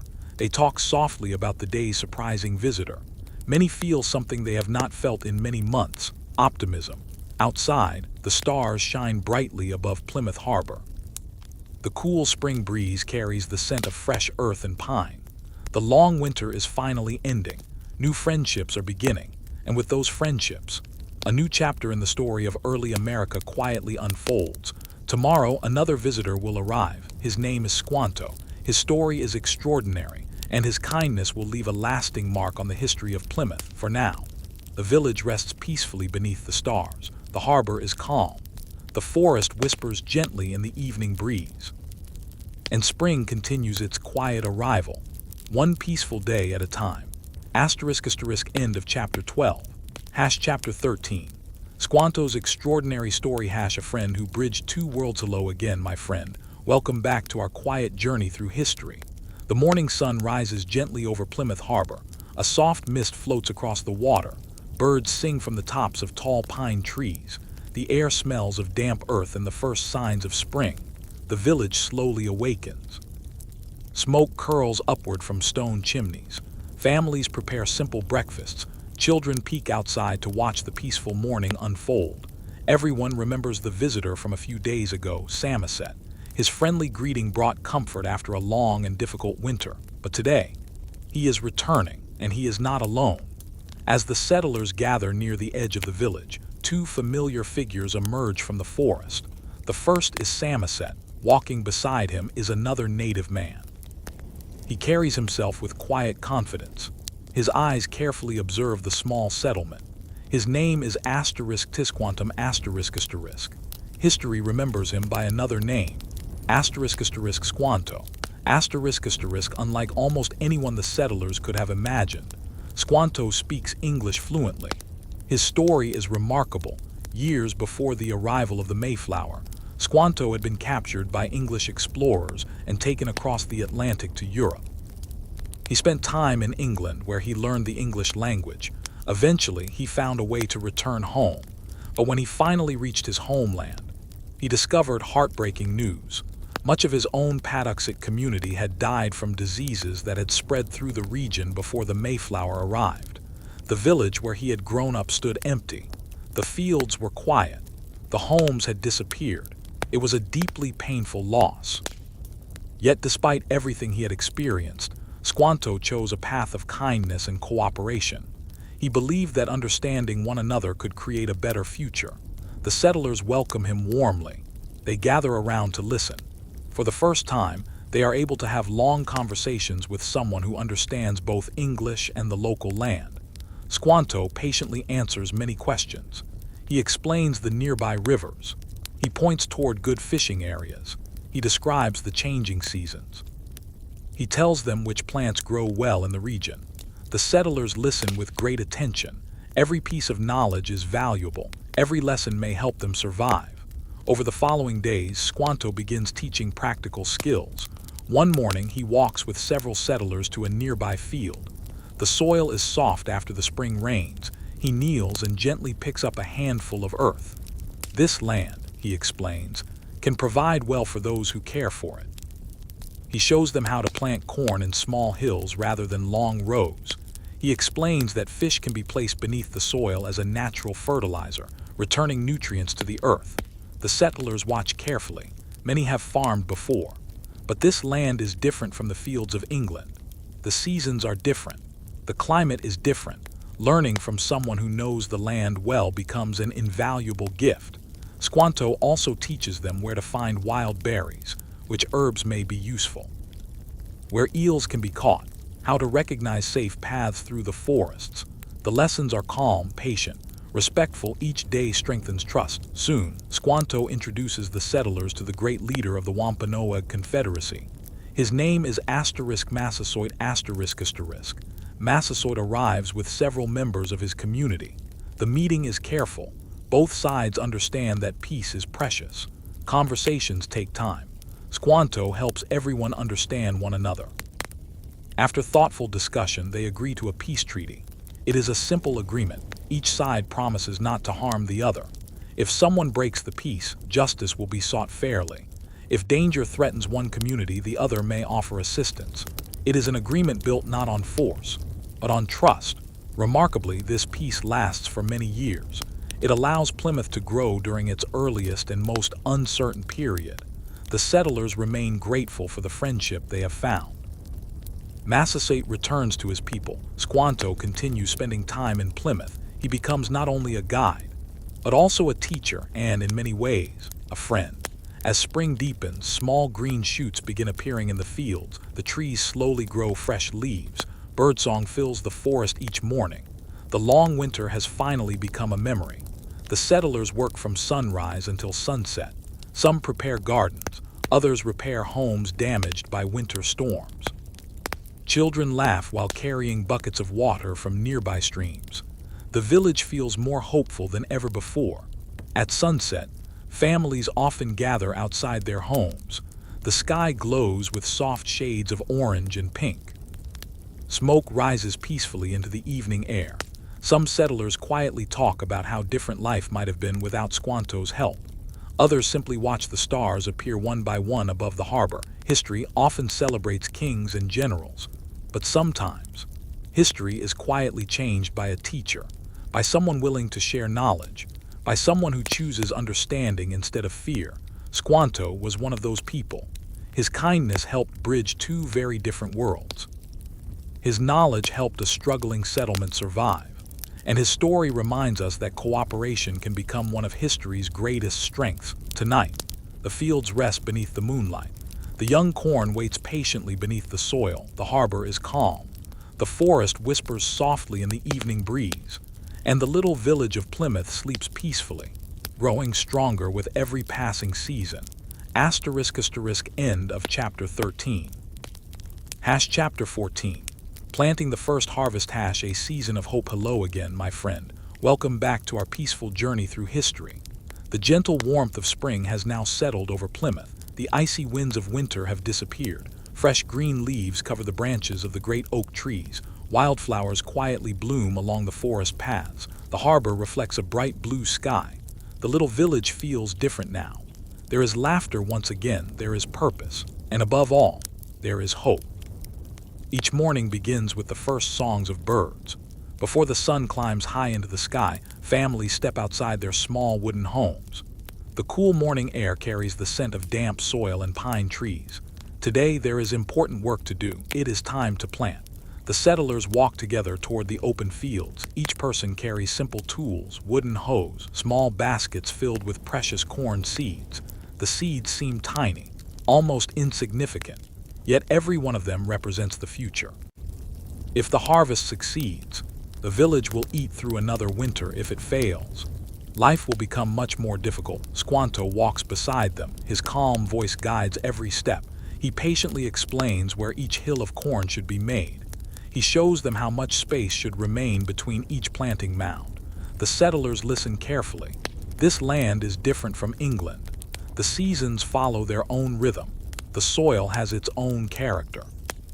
Learning from someone who understands it deeply is one of their greatest blessings. As each small mound is prepared, fish are placed beneath the soil. To many settlers, the idea seems unusual, but Squanto smiles gently. Earth remembers, he explains. The fish will feed the corn. Settlers nod thoughtfully soon. Rows of carefully planted hills stretch across the field. The work is slow, patient, almost peaceful. Children help by carrying baskets. Some carefully place seeds into the soft earth. Others gently cover them with soil. Even the youngest members of the village contribute in small ways. No one feels unimportant. Everyone has a role. As the days pass, the fields become quiet. The seeds lie hidden beneath the earth. Nothing appears to happen, but beneath the surface, life has already begun. Nature works quietly, without hurry, without noise. The settlers continue their daily routines. Some repair houses. Others gather firewood for the future. Several men fish in the nearby rivers. Others explore the surrounding forests for wild herbs and berries. Every day brings small discoveries. The forests provide fresh strawberries. Blueberries will come later. Streams offer clean water. The harbor provides fish and shellfish. The land slowly begins to feel less unfamiliar. The settlers are learning, little by little, one peaceful lesson at a time. As spring becomes early summer, something wonderful happens. Tiny green shoots begin pushing through the soil. The first corn plants appear. Children notice them before anyone else. They're growing, they shout happily. Adults gather quietly around the young plants. They smile with relief. Months earlier, these fields had been empty. Now they hold the promise of food, the promise of another year, the promise of a future. The days grow warmer. The sun rises earlier each morning. Long hours are spent tending the fields. Weeds are carefully removed. The young plants are protected. Every task is completed with patience. There are no machines, no tractors, only hands. Simple tools and determination. Sometimes, during the quiet evenings, the settlers sit outside their homes. The sky glows with soft shades of orange and gold. Smoke rises gently from the chimneys. Children chase one another across the open ground. The sound of laughter drifts through the cool evening air. Not far away, members of the Wampanoag community continue their own daily lives. Their knowledge of the land has helped make this growing season possible. The peaceful relationship between the two communities continues. They trade ideas, sometimes goods, often simple acts of kindness. These moments remind us that history is rarely shaped by great events alone. It is also shaped by neighbors helping neighbors, by shared knowledge, by quiet cooperation. As summer deepens, the corn grows taller. Its green leaves sway gently in the warm breeze. The village itself also grows.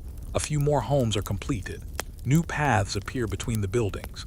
Small gardens bloom beside the houses. Plymouth no longer feels like a temporary camp. It is becoming a true community, a place where families dream of tomorrow, a place where children begin to call home. The settlers cannot yet know what future generations will build upon these humble beginnings.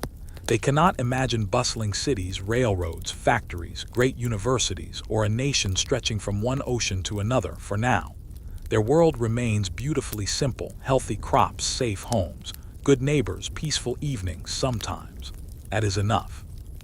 As darkness slowly falls, the stars begin appearing one by one above Plymouth Harbor. A gentle breeze moves through the tall corn. The forest grows quiet. The village settles into peaceful sleep. And beneath the warm summer sky, thousands of tiny corn plants continue growing, silently, patiently, toward the first great harvest of Plymouth. End of chapter 14. Chapter 15. The first harvest celebration. A season of gratitude. Hello again, my friend. Welcome back to our gentle journey through history. The warm days of summer have slowly given way to the cool, golden days of autumn. The forests surrounding Plymouth have become a beautiful tapestry of color. Bright red maples, golden birch trees, deep orange oaks, evergreen pines standing quietly among them all. The air is fresh and crisp. A gentle breeze carries the scent of ripe corn and fallen leaves. The little village has changed greatly since the long winter. The tiny corn plants that once barely reached above the soil now stand tall. Their golden ears are full. The bean vines have climbed steadily. The squash rests quietly between broad green leaves. The gardens have rewarded months of careful work. Each morning, the settlers walk into the fields with thankful hearts. Today is harvest time. The sound of gentle conversation fills the cool morning air. Wooden baskets are carried from one row to another. Corn is picked carefully. Beans are gathered. Squash is placed into neat piles. Nothing is rushed. Each crop is handled with care. The harvest is more than food. It is proof that the village has survived, proof that hope, patience, and hard work can bear fruit. The settlers often pause to look across the fields. Only a year ago, they had crossed a vast ocean with uncertainty in their hearts. Now, they stand beside growing homes, healthy gardens, and a community that has endured one of the hardest winters of their lives. Many quietly offer prayers of thanks. Not long afterward, Governor William Bradford suggests that the community should set aside time to express gratitude for the successful harvest. It will not be a grand festival. There are no elaborate decorations, no great halls, only neighbors gathering together after many months of difficult work. Messengers are sent to invite Massasoit, the respected leader of the Wampanoag Confederacy. He accepts the invitation. When he arrives, he is accompanied by many members of his community. Historical accounts describe that they brought several deer as a gift, adding to the shared meal. The settlers prepare what they can. Wild fowl is served. Corn is plentiful, fish from the nearby waters, vegetables from the gardens, berries gathered from the forests, nuts collected during autumn walks. The meal is simple by modern standards, yet to those gathered, it feels abundant. Families sit together outdoors beneath the bright autumn sky. Children laugh as they run across the open fields. The adults share stories of the past year. They remember the difficult voyage, the bitter winter, the building of the village, the planting of the first crops, and the friendships that helped make survival possible. The gathering lasts for several days. There are friendly conversations, simple games, shared meals, moments of quiet gratitude. It is important to remember that historians continue to study exactly what happened during this gathering and how it later became connected to the modern Thanksgiving holiday. Many traditions celebrated today developed centuries afterward. Still, this early harvest celebration remains an important symbol of giving thanks after hardship. As the sun begins to set, golden light spreads across the fields. The harvested corn rests safely in storage. Smoke rises gently from the village chimneys. The harbor reflects the soft colors of the evening sky. Squanto quietly walks through the village. He smiles as he watches children playing. His knowledge has helped the settlers learn how to live with the rhythms of this land. Nearby, members of the Wampanoag community prepare for their journey home. The peaceful friendship between the two communities continues. For now, the future seems filled with promise. The stars begin appearing overhead, one by one. Families return to their small wooden homes. The evening grows wonderfully quiet. A child looks toward the moon and softly asks, "Will next year be even better?"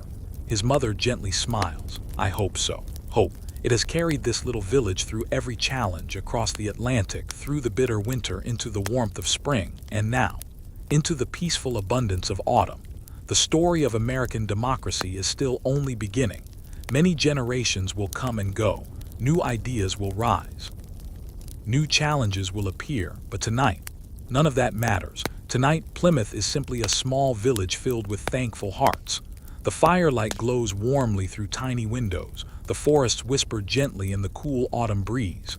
The harbor rests beneath a sky filled with countless stars, and the people of Plymouth fall asleep, grateful for another peaceful day, and hopeful for all the tomorrows yet to come. End of chapter 15. Chapter 16. A village finds its rhythm. Quiet days in early Plymouth. Hello again, my friend. Welcome back, and thank you for joining me once more as we continue our long, gentle walk through the early history of America.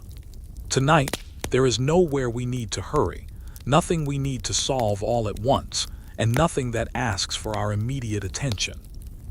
We simply allow history to unfold at the slow, comfortable pace at which it was truly lived, following the changing seasons and the quiet routines of ordinary people whose lives would eventually become part of something much larger than they could ever imagine. The first harvest has now passed. The fields that only weeks before shimmered with tall stalks of corn have become peaceful once again. Their work is finished for the season, and the cool autumn wind now wanders gently across the empty rows, carrying with it the earthy scent of freshly turned soil and fallen leaves. Above the village, the sky seems wonderfully wide, painted in soft shades of pale blue during the day and glowing amber each evening before slowly fading into a deep blanket of stars. For the people of Plymouth, life is beginning to settle into a rhythm that feels more familiar than it did during those uncertain first months after their arrival. Every sunrise no longer brings the same fear of the unknown. Instead, each morning offers another opportunity to improve their homes, strengthen their community, and prepare carefully for whatever tomorrow may bring. The village itself remains small. If you were standing on a gentle hill overlooking Plymouth during this season, you would not see crowded streets or rows of impressive buildings. Instead, your eyes would discover a modest collection of wooden houses, each built by patient hands, each carrying its own story of determination and hope. Thin trails wind quietly between the homes. Smoke rises lazily from stone chimneys before drifting into the cool morning air. Near the edge of the settlement, small gardens rest peacefully after providing vegetables throughout the summer. Beyond them stretch the forests of New England, ancient and calm, their towering trees gently swaying whenever the wind moves through their branches like a quiet whisper. As daylight slowly spreads across the village, families begin their ordinary routines. One man carefully sharpens the blade of his axe, knowing that every tool must be maintained if it is to last through another winter. Nearby, another repairs the wooden fence surrounding a small garden, replacing weathered posts one at a time with steady patience. A mother kneads bread inside her warm little home, while her children gather kindling from the edge of the forest. Their footsteps crunch softly across fallen leaves, and every few moments they stop to admire a colorful feather, an unusually shaped stone, or the tiny tracks left behind by woodland animals during the night. Nothing about these moments seems extraordinary. Yet history is often built upon ordinary days. Great nations do not appear overnight. They grow little by little, shaped by countless quiet mornings just like this one, where people simply do the work before them with honesty, patience, and care. As the weeks continue, the settlers learn more about the land that surrounds them. They begin recognizing which trees provide the strongest timber for building. They notice how certain streams remain clear even after heavy rain, while others become muddy for several days. They observe the changing paths of birds overhead and slowly understand that nature itself offers gentle lessons to anyone willing to watch carefully enough. The forest no longer feels quite as mysterious as it once did. It has become a neighbor, a place of both beauty and responsibility. The settlers walk beneath tall pines whose branches remain green throughout the year, while broad oak trees scatter golden leaves across the woodland floor. Occasionally, a family of deer moves silently between the trees, disappearing almost as quickly as they appeared, leaving behind only delicate hoofprints pressed gently into the soft earth. Sometimes, during the peaceful afternoons, the sound of a woodpecker echoes through the forest. At other times, the only sound is the quiet movement of the wind itself. It is a silence unlike anything many of the settlers knew in England, not an empty silence, but a living one. A silence filled with birdsong, rustling leaves, flowing streams, and the distant cries of seabirds circling above the harbor. The harbor, too, has become an important part of daily life. Small boats leave its quiet waters each morning, their occupants hopping to return with fish that will help feed the growing settlement. The sea is generous when treated with patience, and over time the settlers become more familiar with its tides, its changing weather, and its many quiet moods. On calm evenings, when the work of the day is finished, some villagers simply stand along the shoreline. They watch the gentle waves roll toward the beach. Far out on the horizon, the Atlantic stretches endlessly toward England, connecting two worlds separated by thousands of miles of open water. Many think of family members they left behind, parents, brothers, sisters, old friends whose faces now live only in memory. Although the distance is great, those memories remain close. The heart has its own way of traveling across oceans. As another peaceful sunset begins, golden light settles softly across the rooftops of Plymouth. The windows of the little homes reflect the evening sky like tiny mirrors. Smoke curls upward from the chimneys in slow, graceful patterns before disappearing into the cool air. Children finish their games and quietly return home. Doors close gently. Lanterns begin glowing inside each house. Soon the entire village is wrapped in a warm blanket of peaceful light. Above it all, the stars appear one by one, exactly as they have for countless generations before, exactly as they will for countless generations yet to come. The people living beneath those stars cannot possibly know what history will one day remember about this humble little settlement. They are not thinking about future textbooks. They are not imagining monuments or museums. They are simply living their lives, caring for their families, helping their neighbors, and doing their very best to build a peaceful community where tomorrow might be just a little better than today, and perhaps. That is how the earliest roots of democracy often grow, not through loud voices, not through grand ceremonies, but through ordinary people, quietly learning that a community becomes stronger when everyone shares both the work and the hope. Tonight, Plymouth sleeps peacefully beneath the brilliant autumn sky. The harbor rests without a ripple. The forest whispers softly in the evening breeze, and somewhere beyond the quiet darkness, a new chapter in America's long story is already waiting for the dawn. End of chapter 16. Chapter 17. Listening to the land the gentle lessons of a new home. Hello again, my friend. I'm very glad you've returned, and I invite you, as always, to settle into a comfortable place before we continue. There is no need to rush through history. The people of Plymouth certainly did not. Their lives unfolded one sunrise at a time, one careful decision after another, and it is in that same unhurried rhythm that we will continue our journey tonight. Several quiet weeks have passed since the joyful harvest celebration. Autumn is beginning to soften into the early days of winter once again. The mornings arrive wrapped in cool mist, and the grass sparkles with delicate frost that disappears only after the gentle warmth of the sun reaches across the fields. The air carries the familiar scent of pine, cedar, damp earth, and wood smoke, creating an atmosphere that feels both peaceful and timeless. Plymouth is no longer simply a place where people have arrived. It is slowly becoming a place where people belong. That feeling does not appear all at once. Instead, it grows quietly, much like the roots of a young tree stretching deeper into the earth with each passing season. Every repaired roof, every carefully stacked pile of firewood, every meal shared among neighbors strengthens that quiet sense of home. As dawn spreads across the settlement, the village awakens with its usual calm routine. A thin ribbon of smoke rises from nearly every chimney, drifting lazily upward before disappearing into the pale blue morning sky.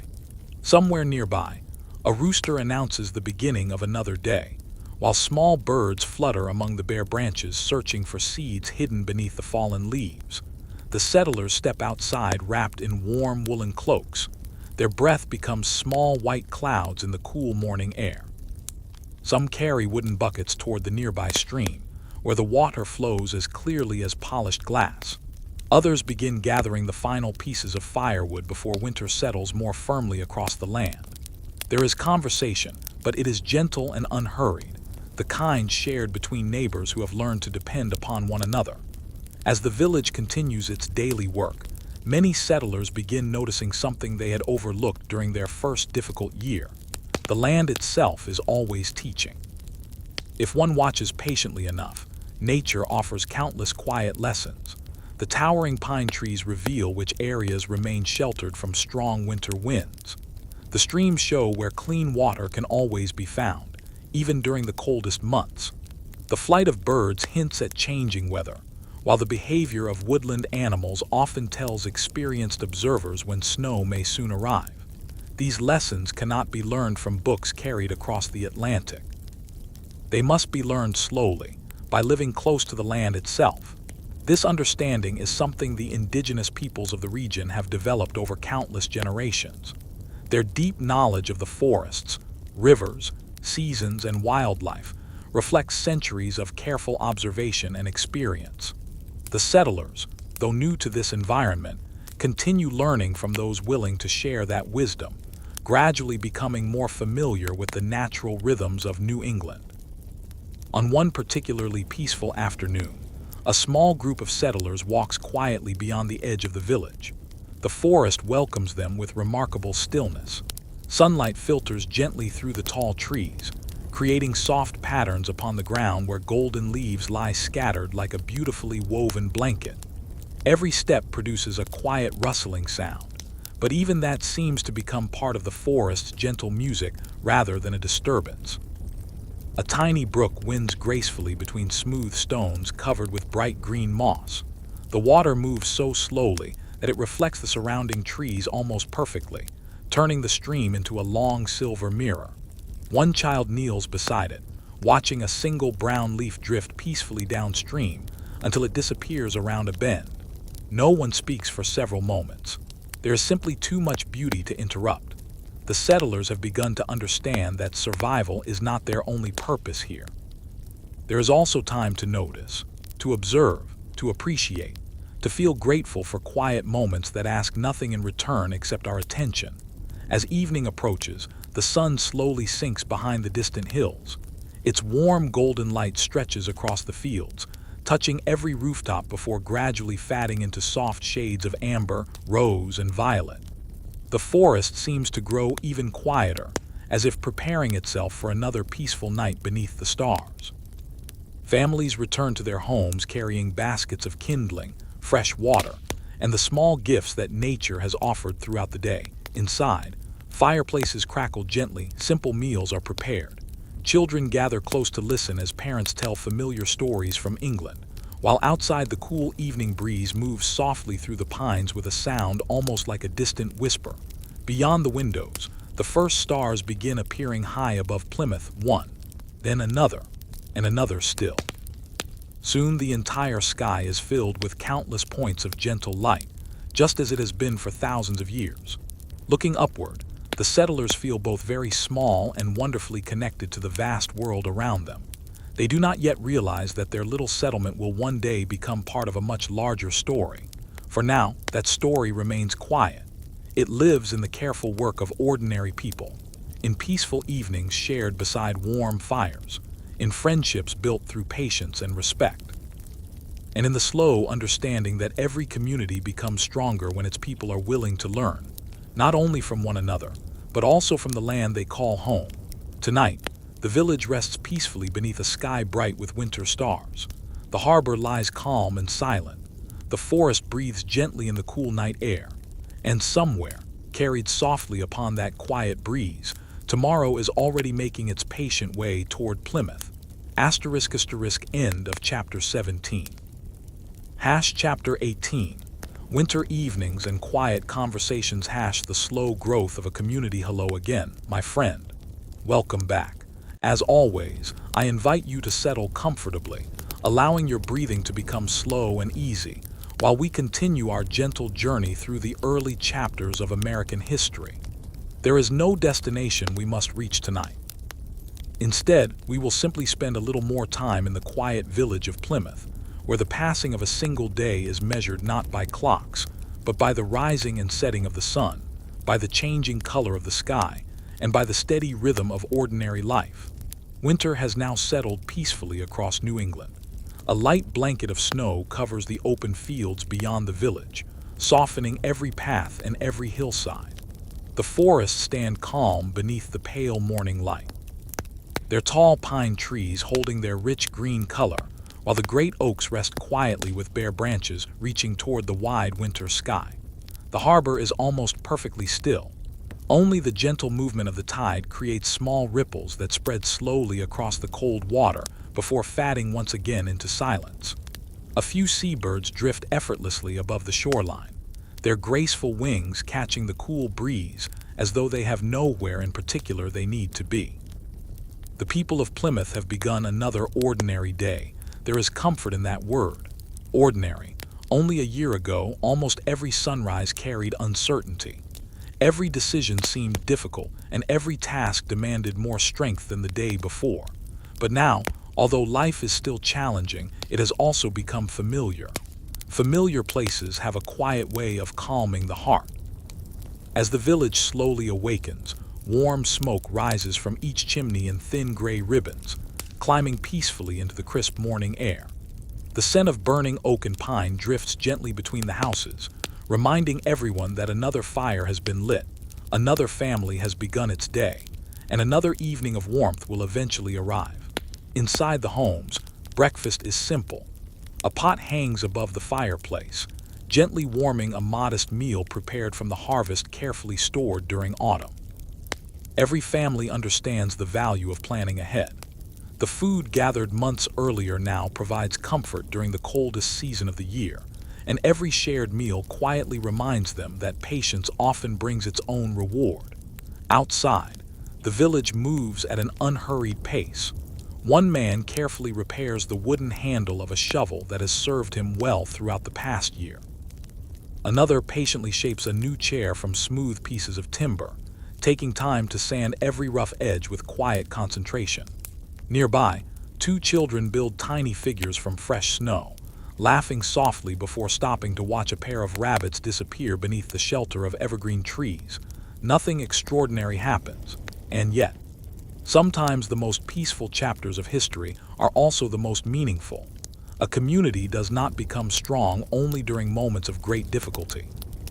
It also becomes strong during quiet afternoons, when neighbors stop to help repair a fence, when families share food without being asked, or when someone carries extra firewood to the home of an elderly friend before the evening cold begins to settle across the village. These simple acts are rarely written into history books. There are no famous speeches, no dramatic battles, no grand celebrations, only kindness, repeated again and again, until it becomes part of everyday life.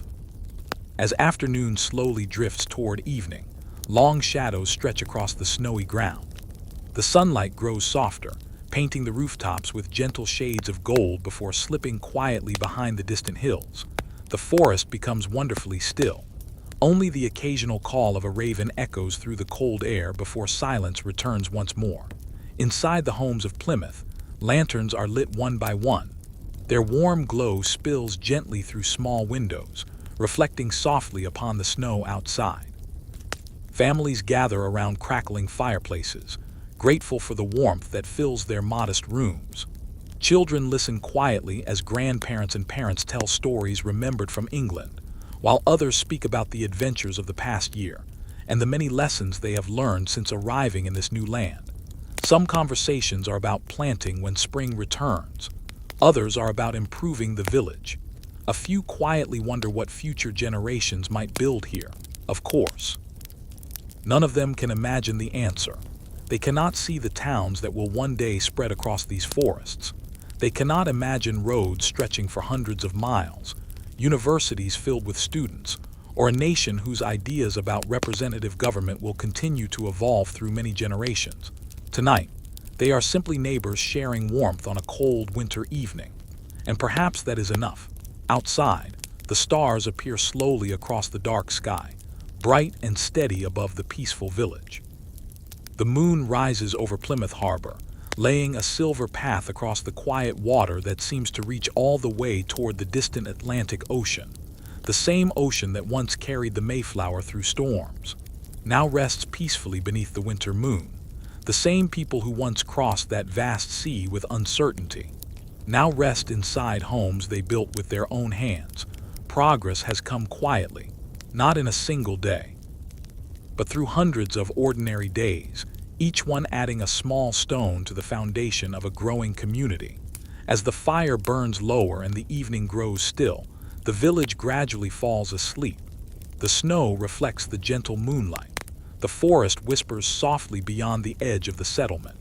The harbor remains calm beneath the countless stars, and somewhere beyond the peaceful silence of this winter night, another quiet morning is already waiting to greet the people of Plymouth. End of chapter 18. Chapter 19. The first town meeting learning to decide together. Hello again, my friend. Welcome back, and thank you for joining me as we continue this slow and peaceful walk through the earliest chapters of American history. As always, there is no reason to hurry. History, like the changing of the seasons, unfolds one quiet moment at a time. So, settle in comfortably, let your thoughts become lighter, and allow the gentle rhythm of this story to carry you peacefully through another evening. A second spring is beginning to arrive in Plymouth. The long winter has finally released its gentle hold upon the land. Day by day, patches of snow disappear beneath the warming sunlight, revealing fresh green grass that has patiently waited beneath the frozen earth. Tiny flowers begin opening along the woodland paths, while clear streams flow more freely toward the harbor, carrying with them the sound of moving water that seems almost like a soft song welcoming another season. The village has changed. Not dramatically, but quietly. There are now a few more homes than there were a year ago. The paths between them have become easier to follow, worn smooth by countless careful footsteps. Gardens are being prepared once again, fences have been repaired after the winter storms, and stacks of neatly cut firewood remain beside each house, ready for the colder months that will eventually return. The people of Plymouth have learned an important lesson. A community does not grow simply because more houses are built. It grows because people learn how to work together. On one calm morning, as sunlight spreads gently across the rooftops, several of the village's leaders invite their neighbors to gather near the common house. There is no great ceremony, no loud announcement, and no feeling of urgency. Instead, families arrive slowly, greeting one another with warm smiles and quiet conversations as they take their places beneath the clear spring sky. The meeting has a simple purpose. There are practical matters that affect everyone. Where should another storehouse be built? How should shared paths be maintained? When should different families work together to repair the protective fence surrounding part of the settlement? These are not dramatic questions, yet they matter deeply, because every answer will shape the daily lives of everyone in the village. The settlers understand that no single person can build a peaceful community alone. Each family has its own experiences, its own ideas, its own concerns. Listening carefully to one another becomes just as important as speaking. One by one, people share their thoughts. No voice is especially loud. No one interrupts another. Some suggestions are accepted immediately. Others are discussed thoughtfully before a decision is reached. Sometimes the answer is different from what one person first imagined, but the community agrees that finding common ground is often better than insisting upon having one's own way. It is a quiet example of something that will become increasingly important throughout American history: the belief that communities can solve problems by meeting together, exchanging ideas respectfully, and accepting shared decisions. Of course, this early form of self-government is limited by the customs of its own time. Not everyone living in the settlement is allowed to participate equally in these decisions. The democratic principles that many people value today will develop gradually over many generations, expanding little by little as history continues its long journey. Even so, these simple gatherings plant small seeds that, like the corn growing in nearby fields, will take many years to mature. After the meeting comes to an end, no one rushes home. Neighbors remain standing together beneath the warm afternoon sun, continuing their conversations as children chase one another through the open grass nearby. Laughter drifts softly across the village, mixing with the cheerful songs of robins building nests high among the budding trees. Work soon begins again. Several men carry heavy timbers toward the place where the new storehouse will stand. Others repair sections of the village fence, while a few women organize supplies that will be needed during the coming months. Older children gladly help wherever they can, learning not only practical skills, but also the quiet satisfaction that comes from contributing to something larger than themselves. Beyond the settlement, nature continues its peaceful rhythm. The harbor sparkles beneath the afternoon sunlight, Gentle waves roll steadily toward the shore before retreating just as quietly. A pair of white swans glide gracefully across a sheltered inlet, leaving delicate trails upon the still water. High above, clouds drift slowly across the blue sky without any concern for the passing of time. As evening approaches, the village settles into its familiar calm. The day's work is finished. The new plans have been made. Tomorrow will bring more building, more planting, and more ordinary moments that together slowly shape the future. Families return to their homes. Lanterns glow softly behind small windows. The comforting aroma of warm bread and simple stew drifts gently into the cool evening air. Children grow sleepy as they listen to quiet conversations beside crackling fireplaces. Outside, the first stars begin appearing above Plymouth. The same stars that guided sailors across the Atlantic now shine peacefully over a village, learning, little by little, that a strong community is built not only with timber and stone, but also with patience, respect, shared responsibility, and the willingness to listen to one another. These gentle lessons will continue to echo through the centuries ahead, becoming small but meaningful threads woven into the long and evolving story of American democracy. Tonight, however, everything is wonderfully quiet. The forest breathes softly in the evening breeze. The harbor reflects the silver light of the rising moon. And Plymouth, growing one peaceful day at a time, sleeps beneath a sky filled with endless stars. End of Chapter 19. Chapter 20. A new generation begins. Children growing up in Plymouth. Hello again, my friend. Welcome back, and thank you for returning to continue our calm and unhurried journey through the early history of America. Tonight, we will leave behind the busy work of building houses and planting fields for a little while, and instead spend our time with the youngest members of the Plymouth community. History often remembers governors, explorers, and leaders, yet every generation is quietly shaped by children who grow up watching the world around them, learning from it day by day, without ever realizing that they are becoming part of history themselves. Another gentle spring has settled over Plymouth. The fields surrounding the village have once again turned a rich shade of green, and the forests seem alive with the cheerful songs of birds returning after the long winter. Soft sunlight filters through fresh leaves that have only recently unfolded, creating delicate patterns of light and shadow upon the woodland paths. A cool breeze carries the pleasant fragrance of pine needles, wildflowers, and the salty air drifting in from the harbor. The village feels peaceful, comfortable, almost familiar. For the adults who crossed the Atlantic aboard the Mayflower, memories of England remain vivid. They still remember old stone churches, narrow village roads, familiar rivers, and fields that stretched across the countryside they once called home. But for many of the children, Plymouth is becoming the only home they truly remember. Their earliest memories are not of England. They are of tall pine forests reaching toward bright blue skies. They are of quiet mornings beside the harbor. They are of snowy winters, warm fireplaces, gentle streams, and long walks beneath trees whose names they have slowly learned one season at a time. As the village awakens each morning, children eagerly step outside, while the grass is still covered with tiny drops of sparkling dew.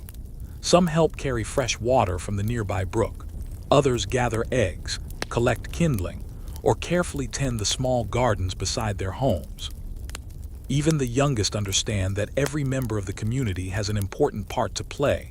Work comes first, play follows naturally, and somehow both become joyful during quiet afternoons when the day's chores have been completed. Groups of children wander along familiar woodland paths beneath the watchful eyes of nearby adults. They stop to admire colorful butterflies drifting gently among wildflowers. They kneel beside shallow streams where tiny fish dart between smooth stones polished by years of flowing water. Sometimes they simply sit beneath the shade of a great oak tree, listening as the wind moves softly through the branches above them. The forest no longer feels mysterious. It feels welcoming. It has become a classroom without walls. Here, children learn to recognize the songs of different birds before they ever learn many written words. They discover which berries are safe to gather, how animal tracks reveal who passed through during the night, and how every season brings its own quiet changes to the land. The adults continue learning as well. Many evenings are spent sharing stories with the younger generation.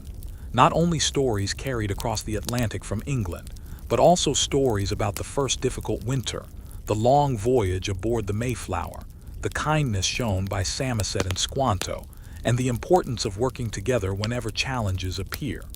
These stories are repeated often, not because anyone wishes to dwell upon hardship, but because memories become lessons, and lessons become traditions. As time passes, the children begin asking thoughtful questions. Why did we come here? What was England like? Will this village always be our home? The answers are never hurried. Parents take their time. Sometimes they smile before speaking, looking out across the peaceful fields as though searching for exactly the right words. They explain that every generation receives a gift from those who came before, and every generation in turn leaves something better for those who will follow, perhaps a stronger house, perhaps a richer harvest, perhaps a wiser community, perhaps simply the example of kindness shown to a neighbor. These quiet ideas settle gently into young hearts. No one realizes it yet, but these children will one day become the next leaders of Plymouth. They will build new homes where open fields now lie. They will welcome new families arriving across the Atlantic. They will continue shaping a community that slowly grows stronger with each passing year. In many ways, the future of American democracy is already growing among them, not in grand speeches or dramatic moments, but in ordinary children learning the value of honesty, responsibility, cooperation, and respect. As evening slowly approaches, the village grows peaceful once more. The warm light of the setting sun spreads gently across the rooftops, turning every window into a small golden mirror. The harbor reflects the sky so perfectly that sea and heaven seem almost to become one. Children return home carrying small bundles of firewood gathered during the afternoon. Parents prepare simple evening meals. Neighbors pause beside garden fences to exchange quiet greetings before the light begins to fade. Soon, lanterns glow softly inside each home. The comforting sound of gentle conversation drifts into the cool evening air before doors close one by one. Above the village, the first stars appear, patiently, silently, exactly as they have for countless generations.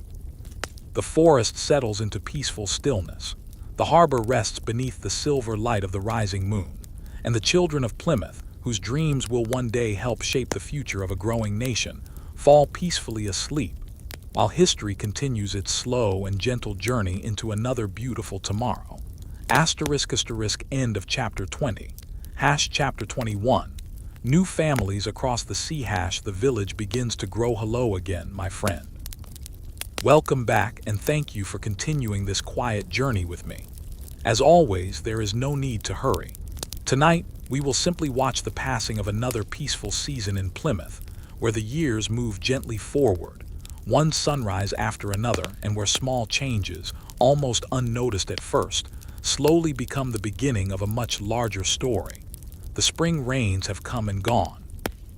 Now early summer settles softly across the landscape, wrapping the forests, fields, and quiet harbor in gentle warmth. The mornings begin with a cool breeze drifting in from the Atlantic Ocean, carrying the fresh scent of saltwater, blooming wildflowers, and the tall pine trees that stand watch around the little settlement. The village wakes slowly. Smoke rises from the chimneys in graceful ribbons. Garden gates creak open. Birds greet the morning with cheerful songs that echo across the peaceful valley. Somewhere in the distance, a woodpecker taps patiently against the trunk of an old oak tree, while the gentle sound of waves rolling onto the shore reminds everyone that the great ocean is never very far away. Life has become wonderfully familiar. The settlers no longer spend every day wondering how they will survive. Instead, they spend their time thinking about how they can improve the community they have worked so carefully to build. A stronger fence here, a larger garden there. Perhaps another storehouse before autumn arrives. These are quiet ambitions, but they are important ones. One calm afternoon, a lookout standing near the harbor notices something unusual far beyond the sparkling water. At first, it is only a tiny shape resting upon the distant horizon, so small that it could almost be mistaken for a cloud. But as the hours pass, the shape slowly grows larger. A sail catches the sunlight, then another. A ship is approaching. Word spreads gently through the village. No one runs. No one shouts. People simply gather along the shoreline, shielding their eyes from the afternoon sun as they watch the vessel make its slow and careful journey toward the harbor. For many, the sight awakens memories that have rested quietly within their hearts. They remember another ship, the Mayflower. They remember standing upon its crowded deck, looking toward an unfamiliar shoreline with equal measures of hope and uncertainty. Now, only a few short years later, they find themselves standing on the opposite shore, welcoming others who are beginning the very journey they themselves once lived. The arriving families step carefully onto the beach. Some carry small children wrapped in warm blankets. Others lift heavy wooden chests that contain nearly everything they own. Their faces reveal many emotions at once: relief, curiosity, exhaustion, hope. The people of Plymouth greet them kindly. There are warm handshakes, gentle smiles, offers of food and fresh water. Several families open the doors of their own modest homes, sharing what little extra space they have until new houses can be built. No one has great wealth, but generosity requires very little. Sometimes it is simply a warm meal, sometimes a place beside the fire, sometimes a reassuring voice that says, "You are safe now." During the weeks that follow, the sound of building returns to the village. Axes strike timber with steady rhythm. Hammers echo softly through the clear summer air. Fresh-cut logs are carefully carried into place. One by one, new homes begin rising beside the older ones. The village expands almost without anyone noticing. A new path appears between two houses. Another garden is planted. Children who had never met before are soon playing together beneath the shade of the same great trees. Every new family brings something valuable. Some are skilled carpenters. Others know how to weave sturdy cloth. Some understand farming particularly well. Others have experience repairing tools, caring for animals, or preserving food for the long winter months. Each person contributes in a different way. No single talent builds a community. It is the combination of many different skills, shared generously, that allows a village to flourish. As the settlement grows, so too does the need for cooperation. Neighbors help raise each other's homes. Families share tools instead of each trying to own everything themselves. When one person becomes ill, another quietly takes over the day's work until strength returns. Without realizing it, the people of Plymouth continue practicing an idea that will remain important throughout American history. Strong communities are built when people recognize that their neighbor's well-being is closely connected to their own. Late one evening, after the day's work has ended, the harbor grows wonderfully still. The newly arrived families sit quietly outside their temporary homes, looking toward the sky where countless stars appear one after another. For many of them, the long Atlantic voyage already feels strangely distant. The fear of the open sea has slowly been replaced by the comforting sounds of crickets singing in the grass, the gentle crackle of nearby fireplaces, and the peaceful voices of neighbors talking softly before bedtime. The village itself seems to breathe, not quickly, but slowly, calmly, as though it understands that growth does not happen all at once. It comes one family at a time, one friendship at a time, one shared meal, one helping hand, one peaceful evening beneath the stars at a time. And so, beneath the quiet summer sky, while the moon casts its silver reflection across the still waters of Plymouth Harbor, another chapter in the story of early America gently comes to a close. The village sleeps peacefully. The forest whispers softly beyond its borders. The ocean rests without a storm. And tomorrow, with the first gentle light of dawn, another ordinary day will begin, quietly adding its own small page to the long and remarkable story of American democracy. End of Chapter 21. Chapter 22. Seasons of Patience. How time shaped a stronger community. Hello again, my friend. Welcome back. And thank you for joining me once more as we continue this gentle walk through the early years of Plymouth. There is something wonderfully calming about returning to a familiar place, especially when that place has slowly become a home. not only for the people who live there, but perhaps for our imagination as well. Tonight, we are not following a dramatic event. There are no great voyages across stormy seas, no urgent decisions waiting to be made. Instead, we will spend some quiet time watching the seasons pass, because history is often shaped just as much by ordinary years as it is by extraordinary moments. The summer has reached its fullest beauty.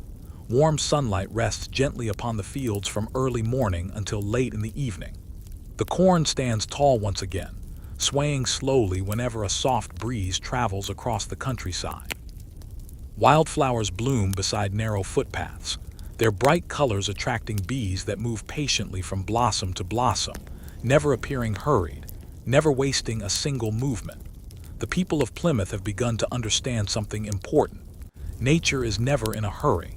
The forests do not rush to grow. The rivers do not hurry toward the sea. The sun rises at its own steady pace every morning and quietly disappears beyond the hills every evening. Perhaps, they begin to think, people should learn from that same gentle rhythm. As dawn arrives each day, the village awakens gradually.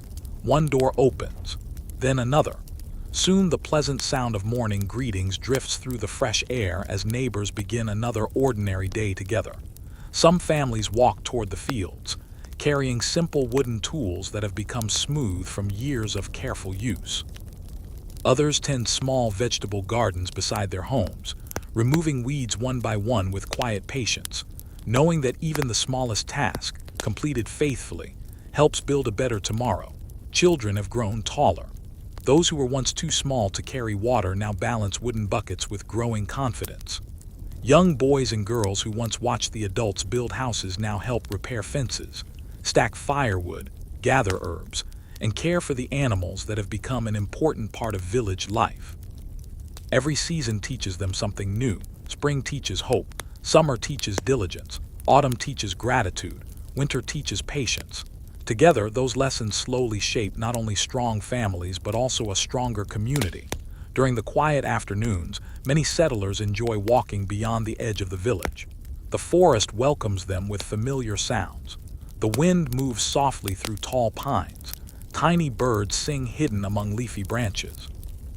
A squirrel pauses upon an old tree stump before disappearing into the shade, while somewhere farther away, a peaceful stream continues its endless journey toward the sea, just as it has for countless generations. Sometimes a family simply sits beside that stream without speaking very much. There is no need. The gentle sound of flowing water says enough. It reminds them that life continues moving forward, even when change is almost too slow to notice. Back in the village, neighbors continue helping one another in countless small ways. If one roof needs repairing before autumn storms arrive, several families quietly gather with ladders, timber, and tools. If someone has harvested more vegetables than they can use, baskets are shared with nearby homes. When a new family arrives from England, experienced settlers patiently explain where fresh water can be found, which paths remain safest after heavy rain, and how the changing seasons shape life in this new land. No law commands these acts of kindness.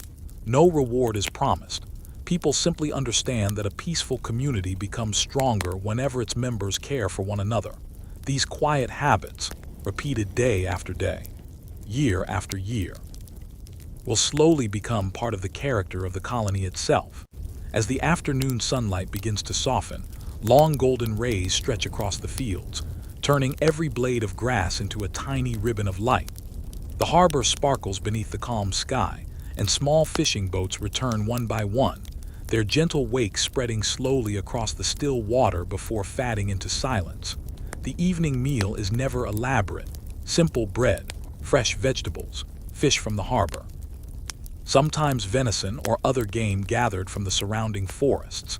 Yet every shared meal carries something more valuable than abundance. It carries companionship. Families gather around sturdy wooden tables they built with their own hands. Children listen while grandparents speak softly about the early days of the settlement, remembering the difficult winter that now seems both distant and strangely close. Those memories are no longer filled only with hardship.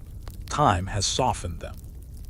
Now they are reminders of courage, perseverance, and the remarkable strength that people discover when they choose cooperation instead of fear.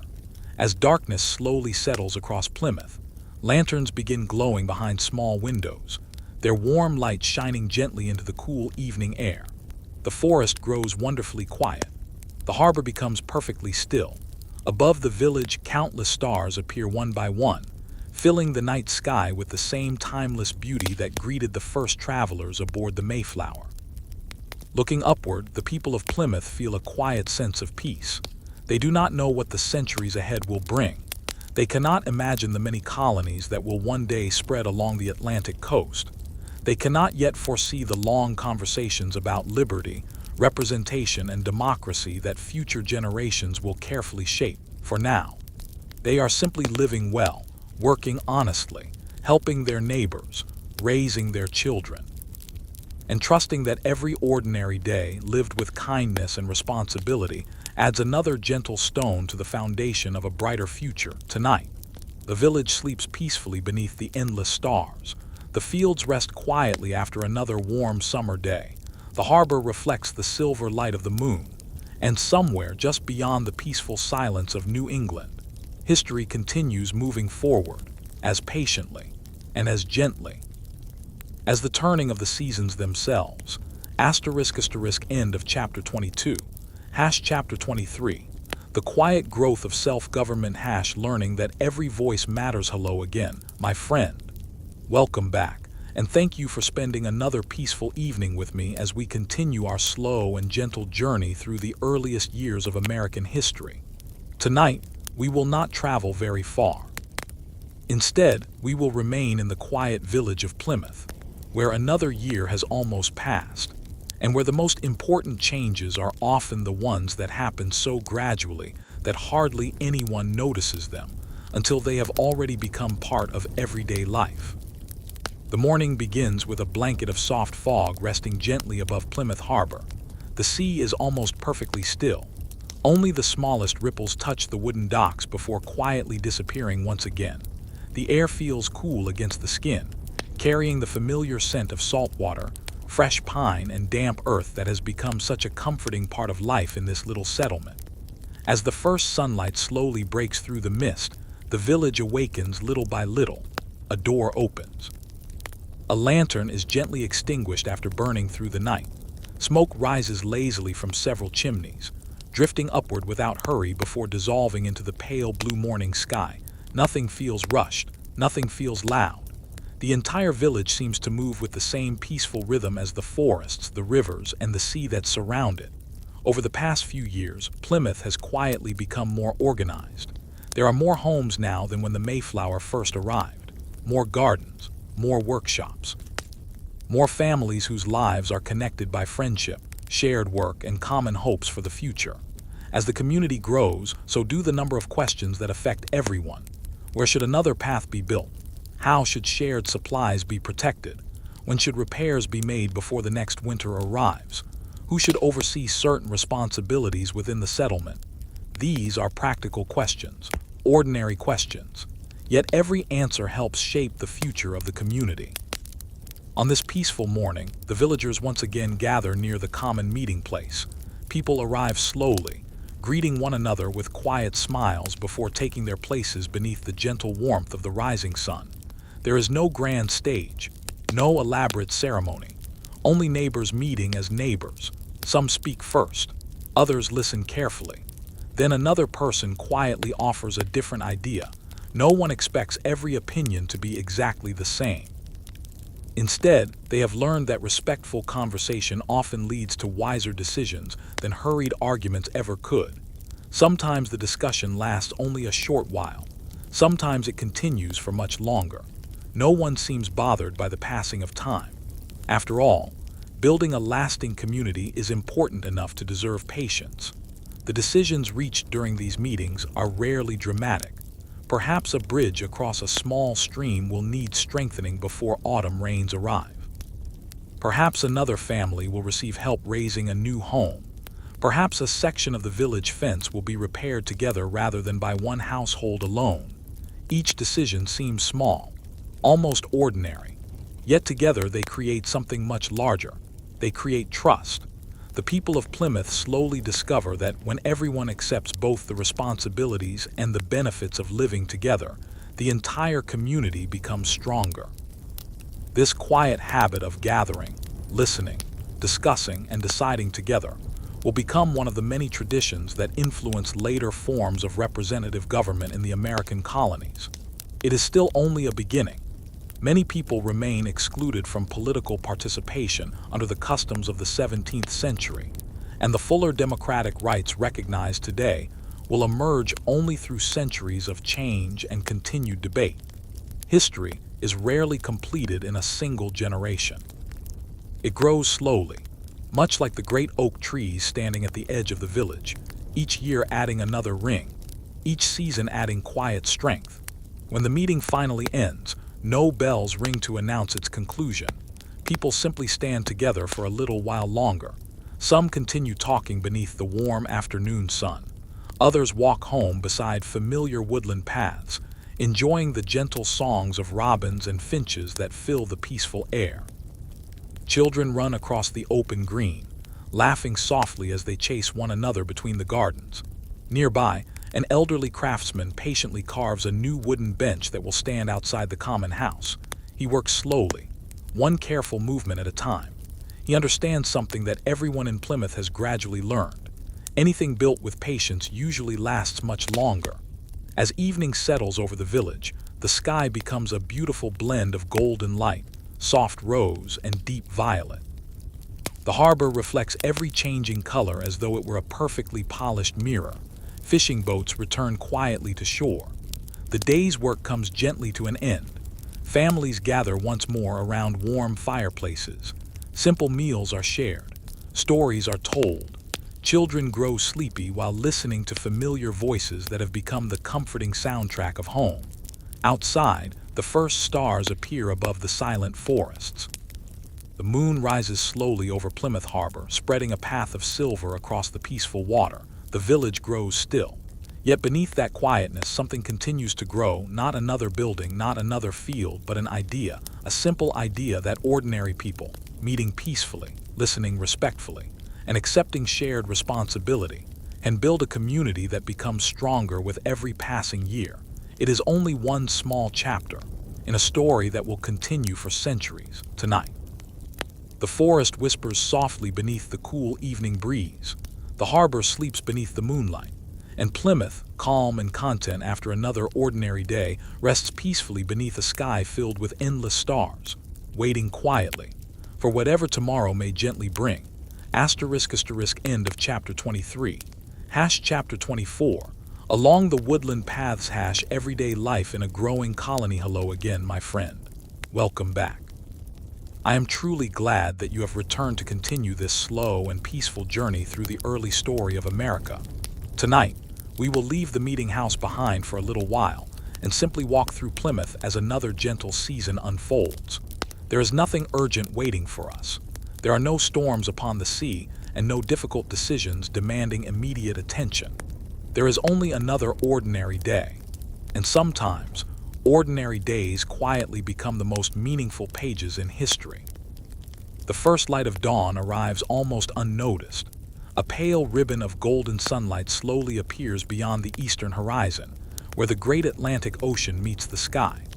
For several quiet moments, the sea reflects soft shades of pink, amber, and pale blue, while a light mist drifts gently across the harbor before gradually disappearing beneath the warming rays of the morning sun. The village remains peaceful. Smoke has not yet begun rising from every chimney. Most doors are still closed. The only sounds are the distant call of seabirds circling above the shoreline and the quiet rustling of leaves as a gentle breeze moves through the towering pine trees surrounding the settlement. Little by little, Plymouth awakens. One family lights a morning fire.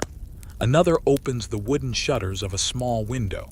A farmer steps outside, pauses for a moment, and looks toward the fields, where tiny drops of dew sparkle like scattered diamonds upon the grass. He smiles quietly. Another beautiful day has begun. The village has become larger than it was only a few years ago.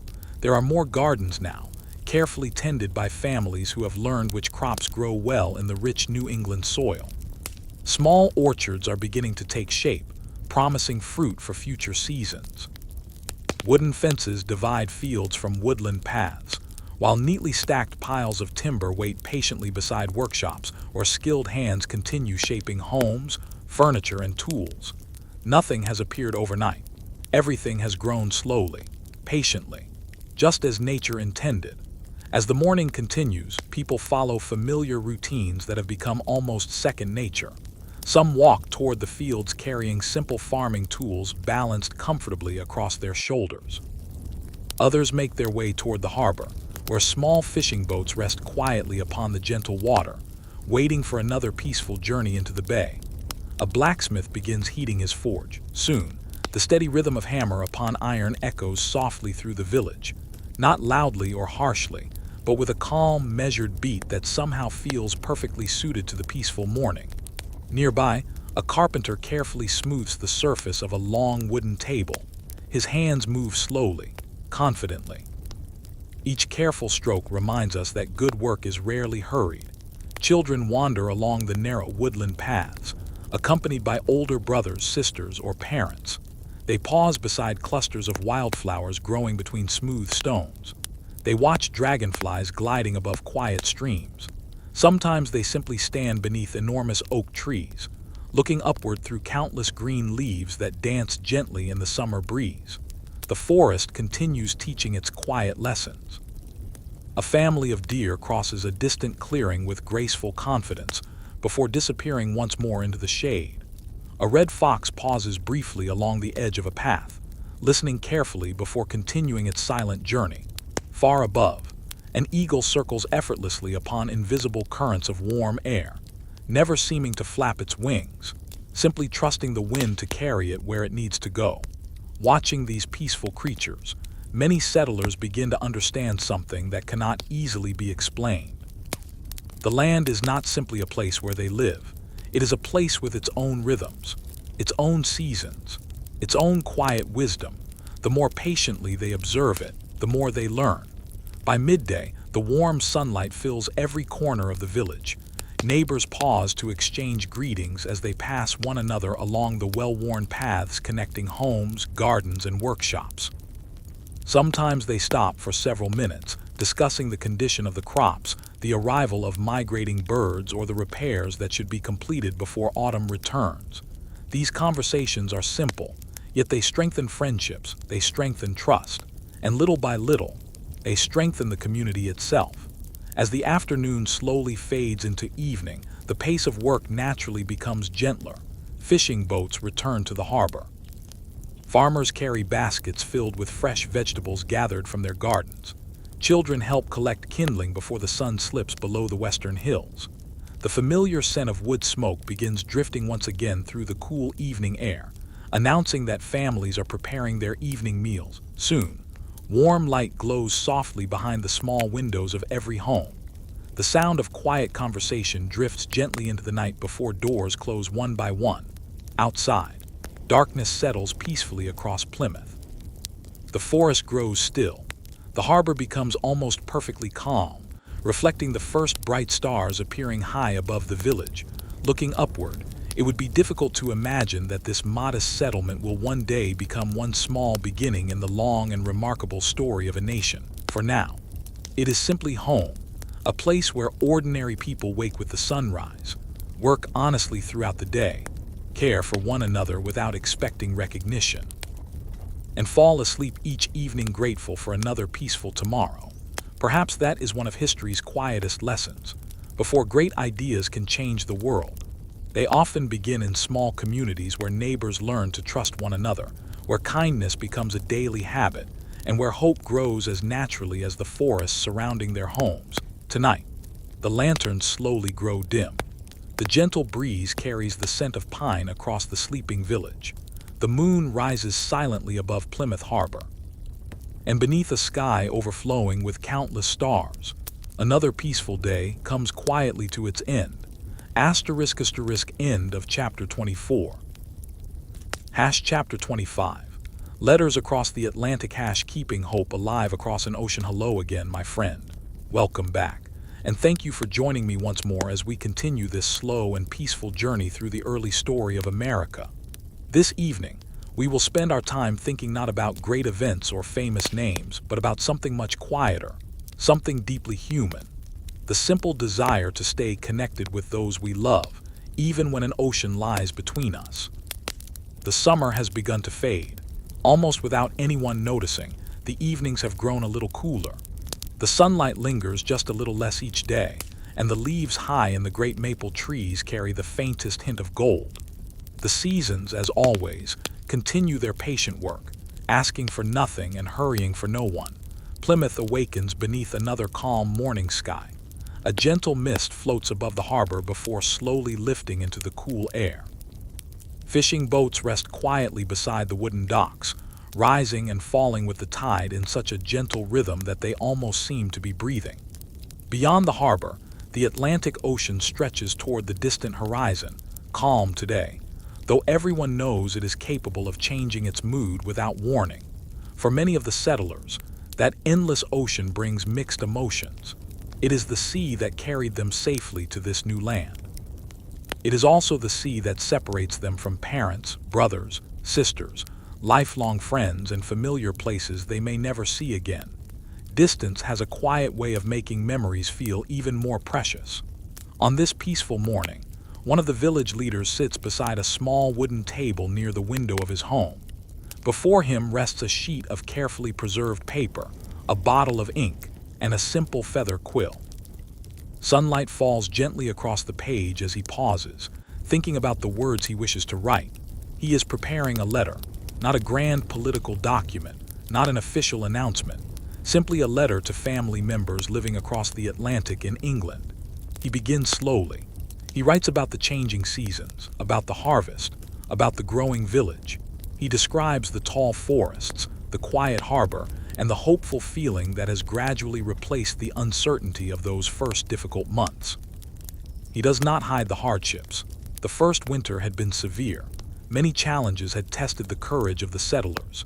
Yet he also writes about friendship, cooperation, and the determination that helped the community endure. As other families hear that a ship may soon return to England, they begin preparing letters of their own. Some write to aging parents. Others write to childhood friends. A few carefully fold small drawings made by their children, hoping they will survive the long voyage across the sea. Each letter carries more than ink upon paper. It carries affection, hope, memory, and the quiet reassurance that life continues even across great distances. The letters are read aloud before they are sealed. Sometimes a neighbor helps another choose the right words. Sometimes a sentence is rewritten, not because it is incorrect, but because the writer wishes to express gratitude more clearly. There is no hurry. The ship will not leave today. Good words, like strong houses, deserve patient craftsmanship. Outside, the village continues its gentle rhythm. Children gather apples from young trees planted only a few years earlier. A blacksmith shapes iron with slow and careful movements. Farmers walk through the fields, examining the ripening crops with quiet satisfaction. Everything seems connected. Every task supports another. Every neighbor contributes in some small way to the well-being of the whole community. As afternoon sunlight begins stretching across the village, several settlers carry the finished letters toward the harbor. The captain of the visiting ship receives them with care, promising to deliver them once the vessel reaches England. No one knows exactly how long the journey will take, weeks, perhaps months. The Atlantic follows its own timetable. The wind decides much. The weather decides even more. Still, the letters are entrusted to the sea with hopeful hearts. The ship remains in the harbor for a short while longer, its tall masts rising proudly against the blue sky. Gentle waves tap softly against its wooden hull, creating a quiet rhythm that blends perfectly with the distant cries of seabirds circling overhead. As evening approaches, the sun lowers itself toward the western horizon. Its warm golden light touches the rooftops, the fields, the harbor, and finally the waiting ship, making everything glow for a few peaceful moments before twilight slowly arrives. Families gather once more around their evening tables. Simple meals are shared. Children speak softly about the day's adventures. Parents smile as they imagine loved ones, far across the ocean, one day opening the letters that now begin their long voyage. Perhaps those letters will bring comfort. Perhaps they will inspire others to begin new journeys of their own. History often remembers ships because they carried explorers, soldiers, or governors. Yet sometimes, the most meaningful cargo aboard a ship is far quieter. A handwritten letter, a message of love, a promise that hope is still alive. Outside, the village grows wonderfully still.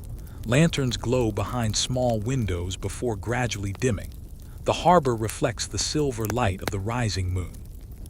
The ship rocks gently with the tide, waiting patiently for favorable winds. And somewhere beyond the quiet darkness of the Atlantic Ocean, another family unknowingly waits for words that have already begun their slow and hopeful journey across the sea tonight. Plymouth rests peacefully beneath the stars. The forest whispers softly in the cool evening breeze.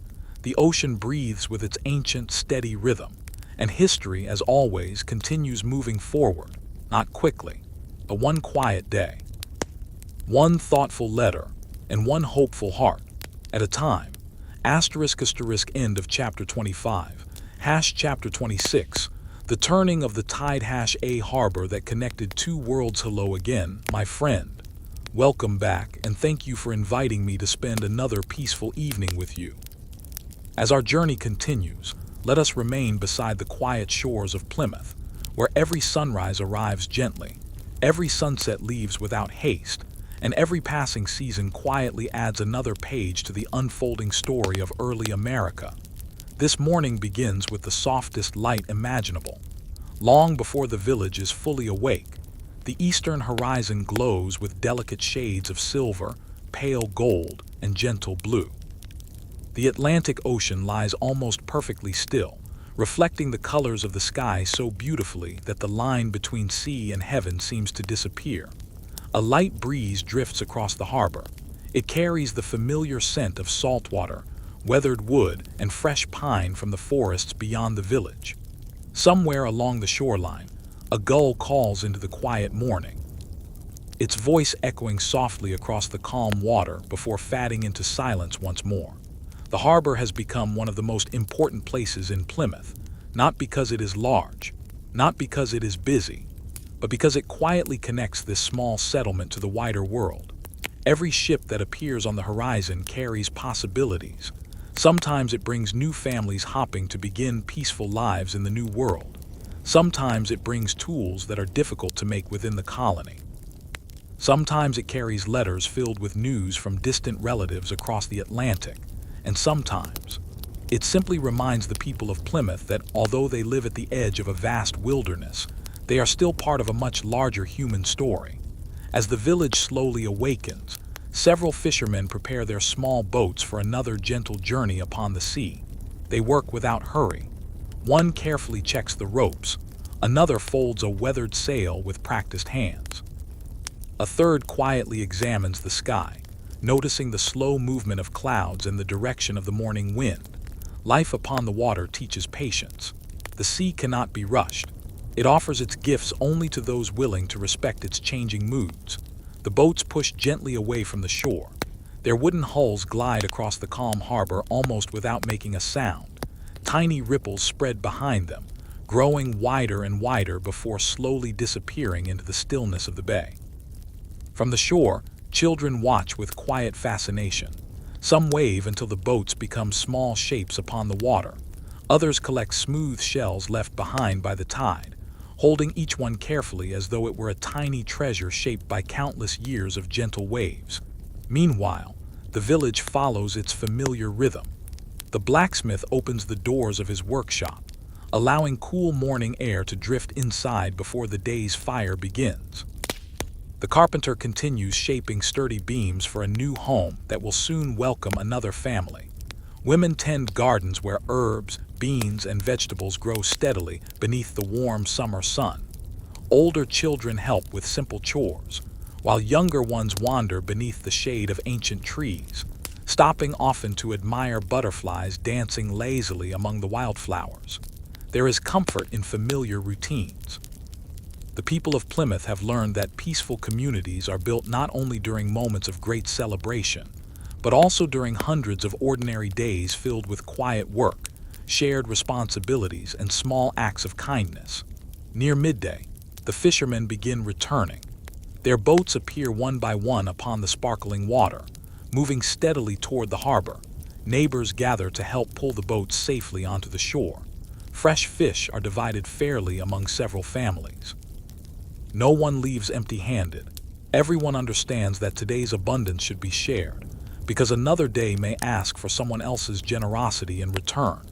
Without speaking about it very often, the villagers continue practicing an important habit. They understand that cooperation creates security. Trust grows stronger each time neighbors choose to help one another. These simple customs, repeated year after year, quietly shape the character of the community. As afternoon slowly gives way to evening, the harbor becomes peaceful once again. The tide begins to turn. The water rises gently against the wooden docks before slowly pulling back toward the open sea.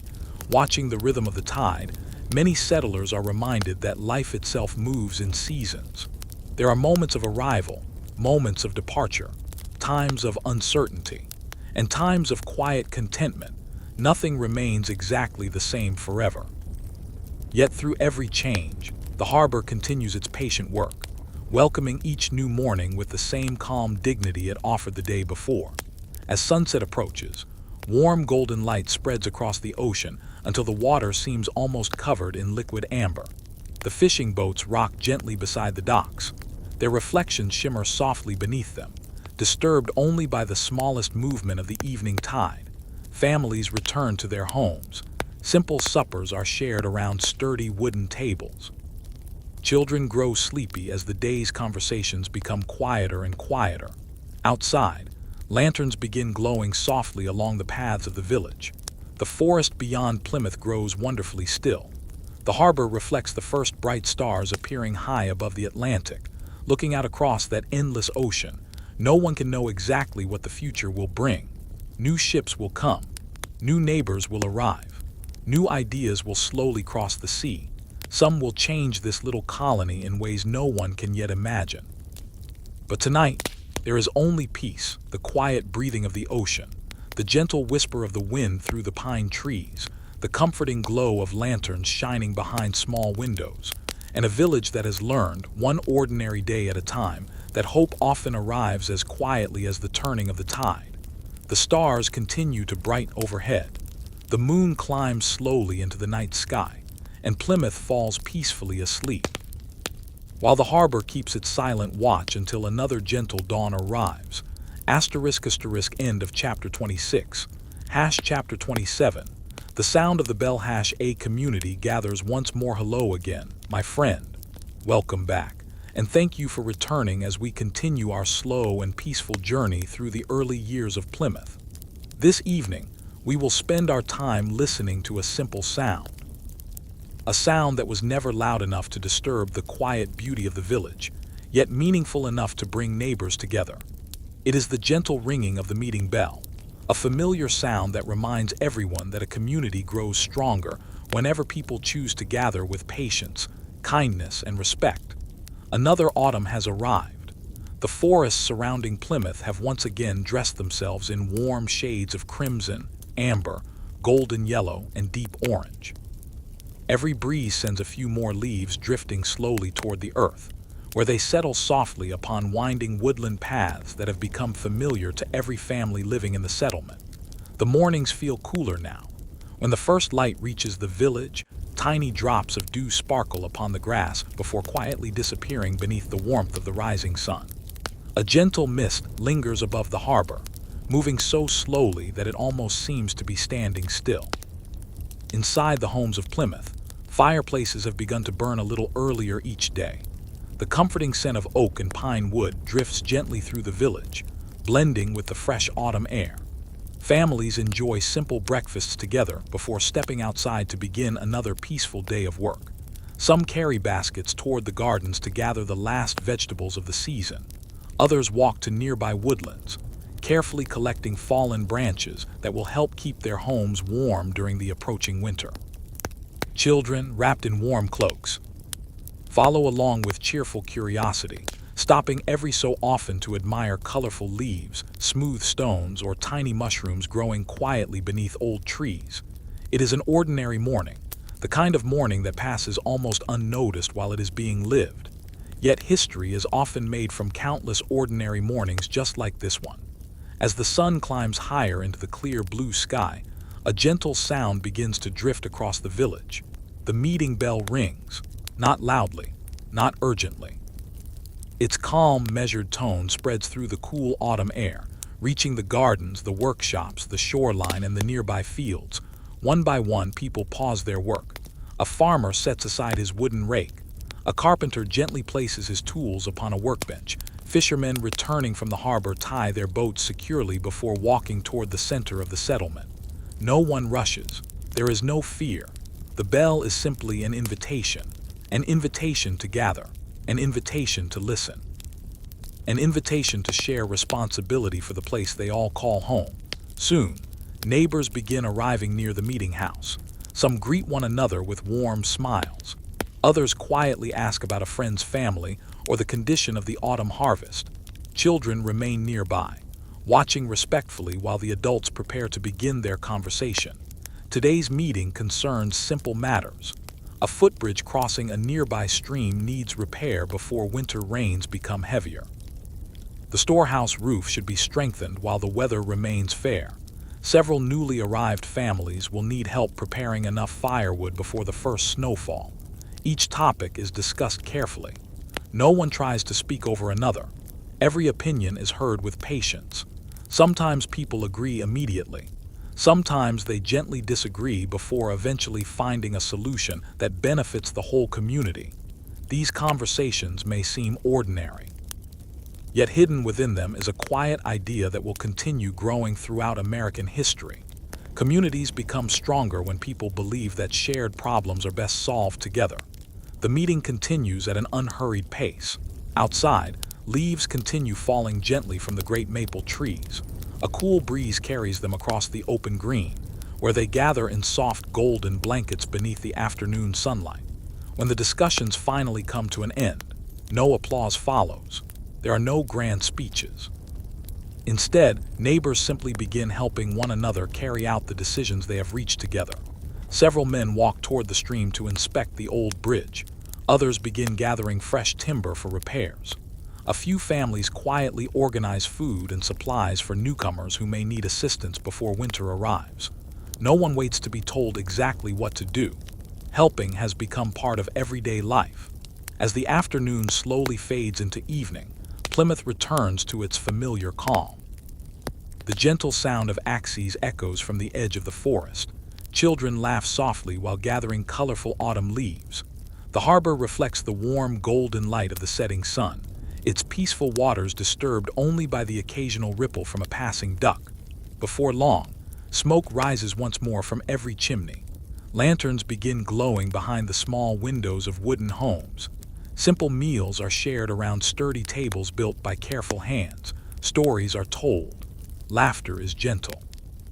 The warmth of family fills every room. Outside, darkness settles quietly across the village. The meeting bell is silent now. Its work is finished for the day, yet the spirit that called the neighbors together remains alive, not inside the bell itself, but within the hearts of the people who answered its quiet invitation. Above Plymouth, countless stars slowly fill the night sky.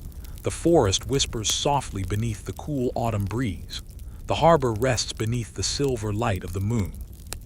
And the little village, growing wiser with every passing season, falls peacefully asleep, ready to welcome another ordinary day, another quiet gathering, and another small step in the long, gentle story of American democracy. End of chapter 27. Chapter 28, a day of shared work. Building more than homes. Hello again, my friend. Welcome back. I am grateful that you have chosen to continue this peaceful journey with me. As always, there is nothing we need to hurry toward. The story before us has waited for centuries, and it will patiently wait a little longer while we slow our steps and quietly observe another gentle day in the growing settlement of Plymouth. The morning arrives wrapped in a soft blanket of pale gray clouds. The sun hides quietly behind them, allowing a cool, comfortable light to spread across the fields and forests. It is the kind of morning that invites careful work rather than hurried movement. The air is fresh, carrying the familiar fragrance of damp earth, pine needles, and the distant salt water of the Atlantic. The village awakens slowly. One by one, wooden doors open. The comforting sound of crackling fireplaces fades as families finish their simple breakfasts and prepare for another ordinary day. Some gather their tools. Others quietly shoulder baskets or coils of rope. Children pull on warm cloaks before stepping outside, their breath briefly visible in the cool morning air. Today is not a day for one family alone. It is a day for everyone. A new home is about to be raised for a family that arrived only a few weeks ago. The wooden beams have already been cut. The foundation has been carefully prepared. Now many hands will come together to finish what no single person could easily accomplish alone. As neighbors begin arriving, the work starts without fanfare. A carpenter studies each beam before guiding it gently into place. Several strong men lift heavy timbers together, moving slowly and carefully so that every piece fits exactly where it should. Nearby, others prepare wooden pegs that will hold the frame securely, while a few experienced builders quietly check every corner before the next beam is raised. No one rushes. There is no reason to. A home built with patience is far more likely to stand through many winters than one built in haste. The women of the village are equally busy. Some prepare warm bread. Others stir large pots of simple stew over steady fires. Fresh apples are sliced and shared among the workers. Water is carried from the nearby stream, cool and clear after flowing gently through the forest. Every task matters. Every contribution has value. Even the youngest children find ways to help. Some gather small pieces of firewood. Others carry lightweight tools from one builder to another. A little girl carefully picks wildflowers growing beside the woodland path and places them in a small wooden cup near the cooking fire. No one asked her to do it. She simply thought the flowers might make everyone smile. And they do. Sometimes the smallest kindness quietly brightens an entire day. By late morning, the sound of careful work fills the settlement. The steady rhythm of wooden mallets striking pegs echoes softly across the village. Birdsong drifts from the nearby forest. A gentle breeze stirs the leaves high above, creating a peaceful music that blends naturally with the voices of neighbors speaking kindly to one another. Looking across the open clearing, it becomes difficult to tell where one family's work ends and another family's begins. Everyone is building together. Not only a house, but trust, friendship, and the quiet confidence that whenever help is needed, someone will answer. As the afternoon sunlight slowly breaks through the clouds, warm golden light falls across the new home. Its strong timber frame now stands proudly against the blue sky. The roof is not yet finished. The walls still need careful attention. There is much work ahead. Yet the hardest part is already complete. The family who will soon live here stands quietly for a moment, looking at the house with grateful hearts. They know these walls were raised not by strangers, but by neighbors, by people who believe that a community becomes stronger whenever one family's success is shared by everyone. This simple custom will continue throughout many early American settlements. Neighbors helping neighbors, without expecting payment, without asking for praise, simply because one day they may need the very same kindness returned. As evening approaches, the tools are carefully put away. The fires grow warmer. Families gather near long wooden tables placed beneath the open sky. The meal is simple: fresh bread, warm stew, roasted vegetables, a little fish caught earlier that morning. There is enough for everyone. Conversation flows gently. Stories are exchanged. Children laugh softly before growing sleepy as the daylight begins to fade. Above the village, the clouds slowly drift away. One by one, the first stars appear.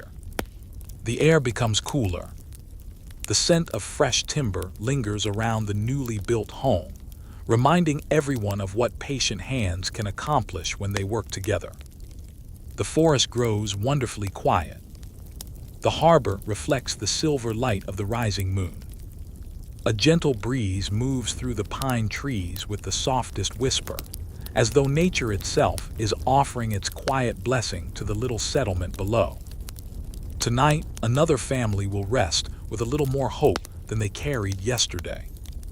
Another home now stands where there had once been only open ground.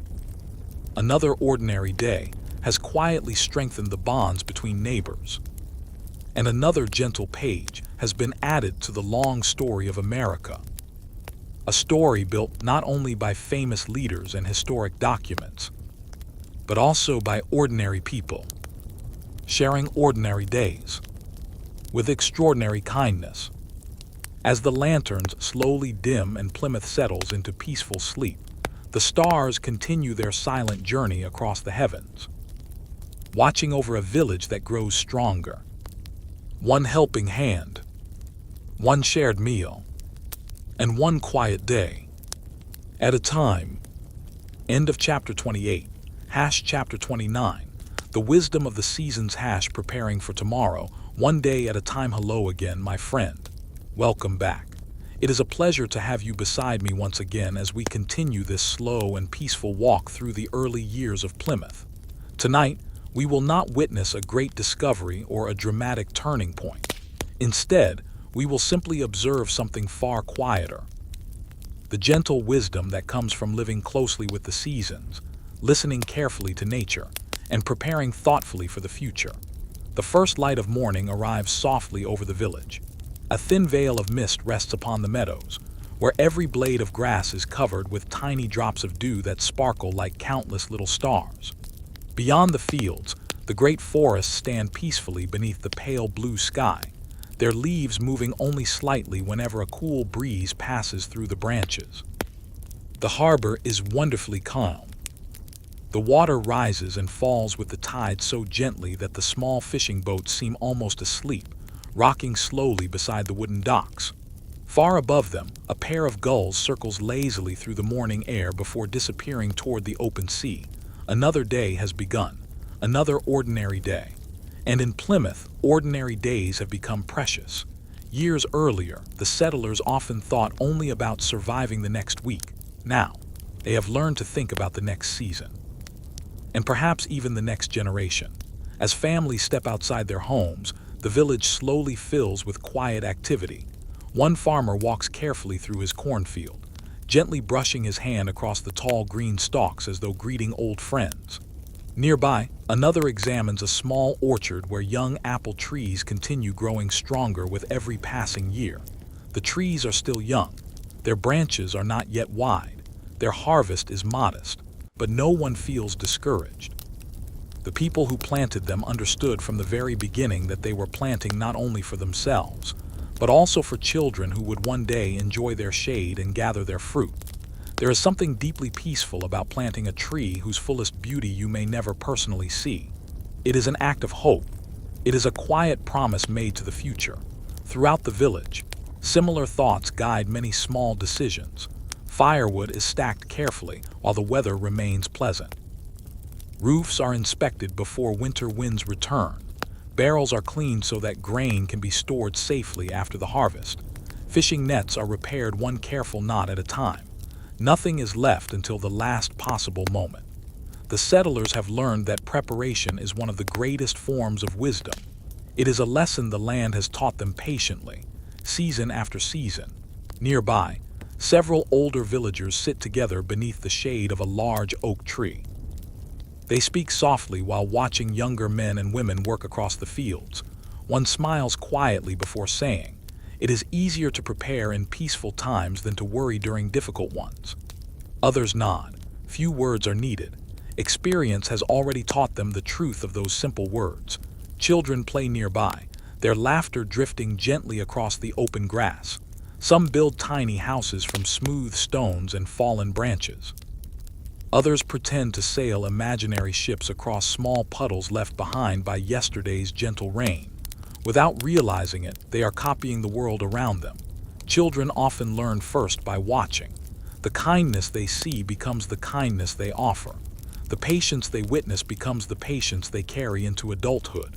In this quiet way, every generation teaches the next, not only through spoken lessons, but through ordinary daily example. As the afternoon unfolds, warm sunlight spreads across the village, filling every garden, every workshop, and every woodland path with a soft golden glow. The carpenter continues shaping strong wooden beams. The blacksmith patiently repairs farming tools that will soon be needed again. A group of neighbors gathers beside a small barn, helping one another stack freshly harvested grain into neat rows that will remain dry throughout the coming winter. No one keeps careful count of who helped whom. There is little need. Trust has become part of everyday life. Everyone understands that generosity has a quiet way of returning when it is needed most. As evening approaches, long shadows stretch gently across the fields. The breeze grows cooler. The songs of daytime birds slowly give way to the peaceful calls of evening creatures waking beneath the shelter of the forest. The village begins settling into its familiar rhythm once again. Lanterns glow softly behind small windows. The comforting aroma of fresh bread fills the cool air. Families gather around sturdy wooden tables, sharing simple meals and quiet conversations about the day that has just passed and the work that tomorrow may gently bring. Outside, the sky slowly darkens. The first stars appear one by one above Plymouth Harbor, reflecting softly upon the calm water below. The moon rises patiently, bathing the village in a gentle silver light that seems to soften every rooftop, every garden, and every winding path. Looking across the peaceful settlement, it becomes clear that something far greater than buildings has been created here. The people of Plymouth are learning to think beyond today, to prepare without fear, to work without haste, to trust one another, and to believe that every careful choice made in the present quietly shapes the future. Perhaps that is one of the earliest and most enduring foundations of any healthy democracy, not simply the right to make decisions, but the willingness to make them wisely. With patience, with responsibility, and with hope for those who will come after us, tonight the village sleeps peacefully beneath the quiet New England sky. The harbor rests with the steady rhythm of the tide, the forest whispers gently in the cool night breeze, and history continues its calm and unhurried journey, one thoughtful season, one hopeful generation, and one peaceful tomorrow at a time. End of chapter 29. Chapter 30. The gift of listening. Different voices, shared purpose. Hello again, my friend. Welcome back. I am grateful that you have chosen to return for another quiet evening as we continue this gentle journey through the early years of Plymouth. As always, there is no need to rush. Tonight, we will spend our time reflecting on something that cannot be seen like a house, or touched like a wooden fence, or harvested like a field of corn. Instead, we will explore a quieter gift: the simple practice of listening. The dawn arrives slowly over New England. The eastern sky glows with delicate shades of pale gold and soft lavender, while the last stars quietly disappear one by one. A light mist drifts above the harbor, moving so gently across the calm water that it seems almost like a dream floating between the sea and the sky. The village is still asleep. Only a few lanterns remain lit behind small windows. The air is wonderfully still. Even the birds have not yet begun their morning songs. For a few peaceful moments, Plymouth belongs entirely to the quiet. Soon, however, the day begins in its familiar and comforting rhythm. A door opens softly. Another follows. The first curls of wood smoke rise into the cool morning air. Somewhere nearby, a kettle begins to warm over a steady fire, while footsteps move gently along the narrow paths connecting one home to another. The people of Plymouth have now lived together for several years. During that time, they have learned many practical lessons: how to prepare the fields before spring arrives, how to preserve food for winter, how to build stronger homes, and how to read the changing weather by watching the sea and the sky. Yet perhaps, one of the most valuable lessons has been far quieter than any of those. They have learned that every person notices something different. A fisherman understands the moods of the ocean. A farmer notices subtle changes in the soil. A carpenter sees strength where others notice only timber. A blacksmith understands the character of iron through years of careful work. A mother often recognizes the needs of a family before anyone else speaks. An elder remembers lessons that younger generations have not yet had time to learn. Each perspective is different. Each carries its own quiet wisdom. One peaceful morning, several neighbors gather outside the common house to discuss a simple question. A narrow path leading toward the stream has become difficult after several weeks of gentle rain. Some suggest laying fresh logs across the wet ground. Others believe a slightly different route would remain dry throughout the year.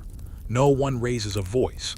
Instead, each person speaks thoughtfully before falling silent once again. Then, they listen, not merely waiting for their own turn to speak, but truly listening.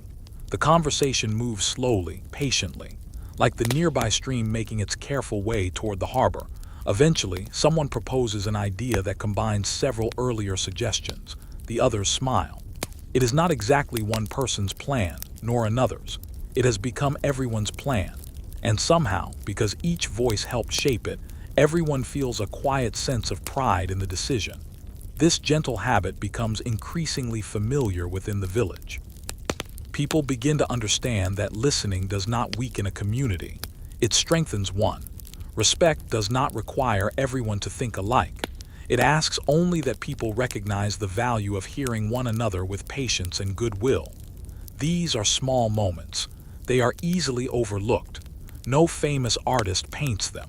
No great monument is built to remember them. Yet history is often carried forward by such quiet moments. Ordinary conversations that slowly teach a community how to live together with understanding rather than suspicion. As the afternoon sunlight filters gently through the tall oak trees, children play nearby, building tiny bridges across a shallow stream using smooth stones and fallen branches. Sometimes their little bridges collapse. They laugh. They try again. One child offers another a better place to balance a stone. Together, they succeed. The adults smile as they watch. Without realizing it, the children are learning the same lesson. Working together often accomplishes more than working alone. The warm afternoon slowly gives way to evening. Long shadows stretch across the village green. The harbor reflects the soft golden light of the setting sun, while gentle waves continue their endless conversation with the quiet shore. Families begin returning home. The day's work has been completed. Fresh bread cools upon wooden tables. A simple stew simmers over steady fires. Children grow sleepy as familiar voices fill each home with warmth and comfort. Outside, the forest settles into peaceful silence. A cool breeze moves gently through the pine trees, carrying with it the comforting scent of wood smoke and fresh earth after another beautiful day. Above Plymouth, the night sky slowly fills with stars. They appear one by one, unhurried, steady, exactly as they always have. Looking upward, no one in the village can fully imagine how many generations will one day inherit the ideas that are quietly growing here. Ideas of shared responsibility, ideas of patient discussion, ideas of listening before deciding. Those ideas will continue to evolve, becoming broader and more inclusive over the centuries that follow. But tonight, they exist simply as neighbors treating one another with kindness and respect. The village grows still. The harbor rests beneath the silver glow of the rising moon.